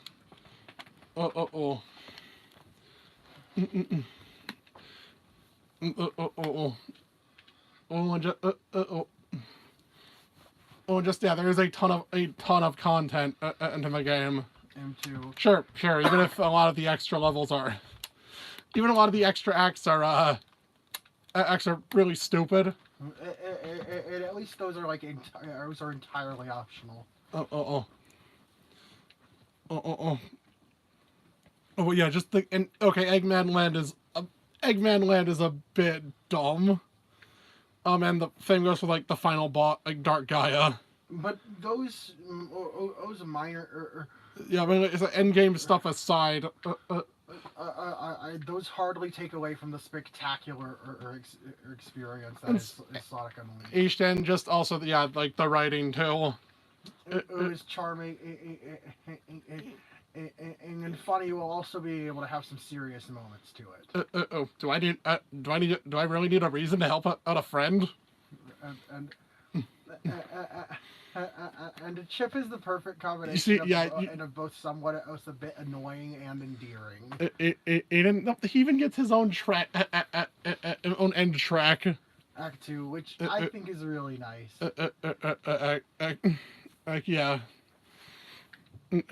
Yeah. Unleashed is just Unleashed is just Unleashed is just a really Unleashed is just a fantastic game.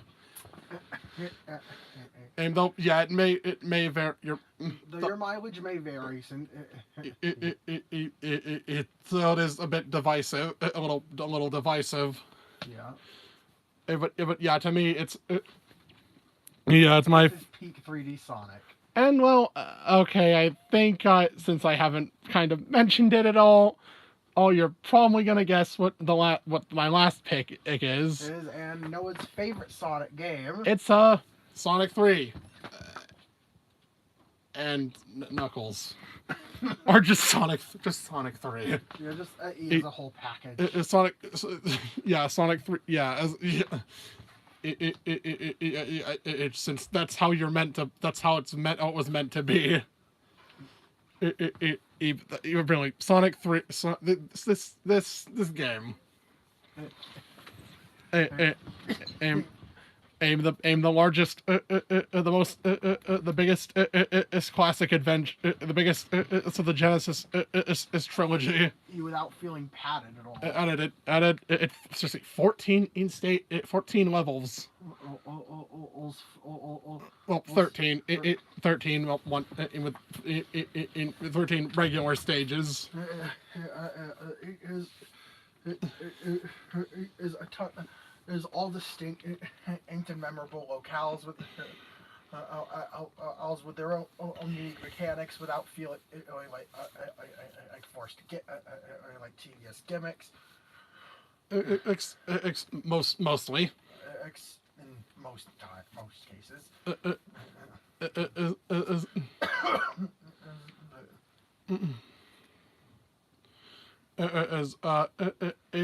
Is 3 playable characters. Or is their own. Or is each of their own unique play styles. 2 sets of emeralds with 14 unique exclusive or special stages. Honestly, the best special stages in the Sonic series. Since they're entirely since they're not there's no bullshit involved. They're actually fair, pretty fair. Just a matter of learning the layout and testing your capability in executing it. And also, yeah, you get like plenty of opportunities. To double back on yourself in most levels.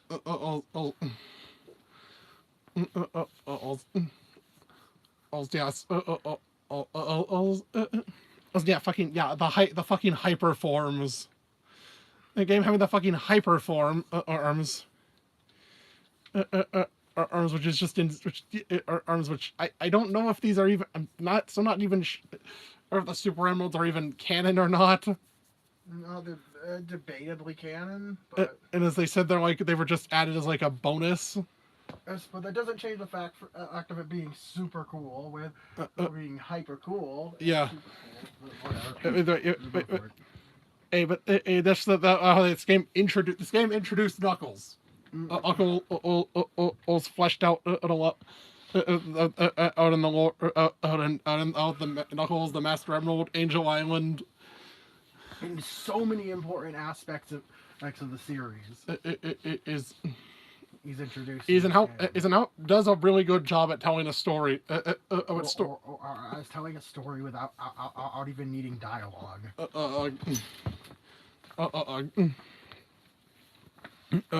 It's yeah. Yeah, I know. It's This kind of thing has been said. Stuff has been said before, but yeah, it is. Sonic 3 Sonic 3 is an absolute. Sonic 3 is nothing short of a masterpiece. It is although having that title, although a bit on the title of the last good game,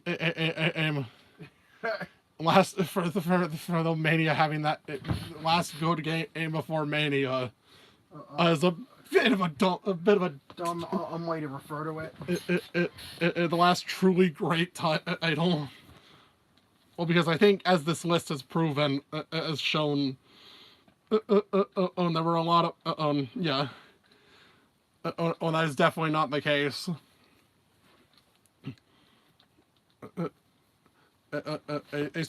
Yeah, Sonic 3. It also just the absolute ballin' soundtrack. Like, oh my god! With like a whole team of composers. A whole variety of a ton of different composers for the game, and sure that's led to legal issues in recent years, which is what resulted in the Origins music. Am I right? Mm-hmm. Alright, yeah, this game, right? Yeah, the game finally got a remaster.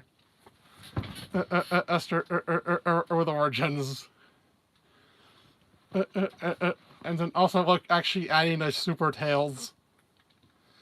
Also the Chaos Emeralds. Yeah. Also renaming that in the one with the Super Emeralds, Hyper Tails. No, so it should have been. And then also, adding the drop dash, properly adding the big arm, re-adding the big arm fight. The cutscene, of the Death Egg crashing, the cutscene in being the title screen to Sonic and Knuckles. Yeah, and the drop dash actually feeling more natural on the Origins version, and Sonic 3 for Sonic 3. Given that at a prototype, that an early prototype, they've had a similar mechanic, though that was actually apparently just coincidence. And so,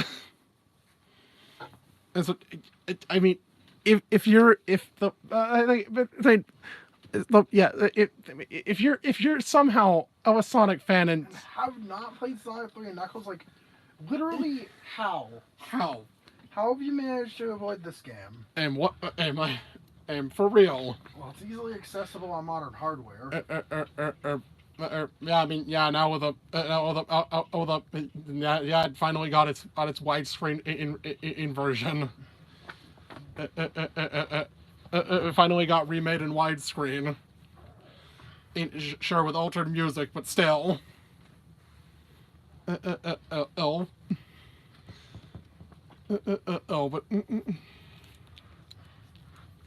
there are plenty of ways you can play this game. And so why haven't you, man? And if you haven't, but whatever but either way, oh God, how long have I been talking? Tell me. 218 minutes. That is nearly 4 hours. Oh That's shit! more than 3.5 hours. Oh shit! It's like 10:30. Oh god. We very much did almost run the clock down on this one. Yeah, I have been talking for, but that is just because I am, as I'm, as how much. That's just how much how much Sonic means to me. I felt like I want this is what Sonic means to me. It is important part. Yeah, it's a very important series to me. It is. It is out there as one of my favorite game franchises. So of course we had to talk about it this month. So thought this video was long, and I think as a little Christmas Eve present to all of you guys, it's time to finally announce what our big Christmas video is going to be. That we've been talking about that we've been kind of building up, alluding to, and building up throughout the whole month. Well, tomorrow we shall talk about Super Smash Bros. Ultimate, particularly a tier list on how fun Noah finds each character to use. Yeah, and I guess in a way it is kind of a way to talk about everything of the DLC characters we never got around to discussing. And since we kind of stopped after Terry.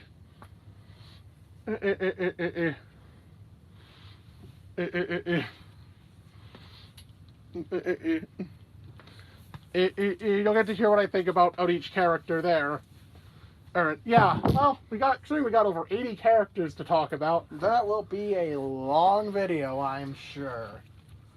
So with that being said, Merry Christmas. Merry Christmas, and again, if you don't celebrate Christmas, I hope you're having a wonderful end of the year, or whatever you are celebrating around this time. But till then, I'm Nezran. I'm Amory, and bonjour, my wonderful viewers. See you in the next video. Yeet!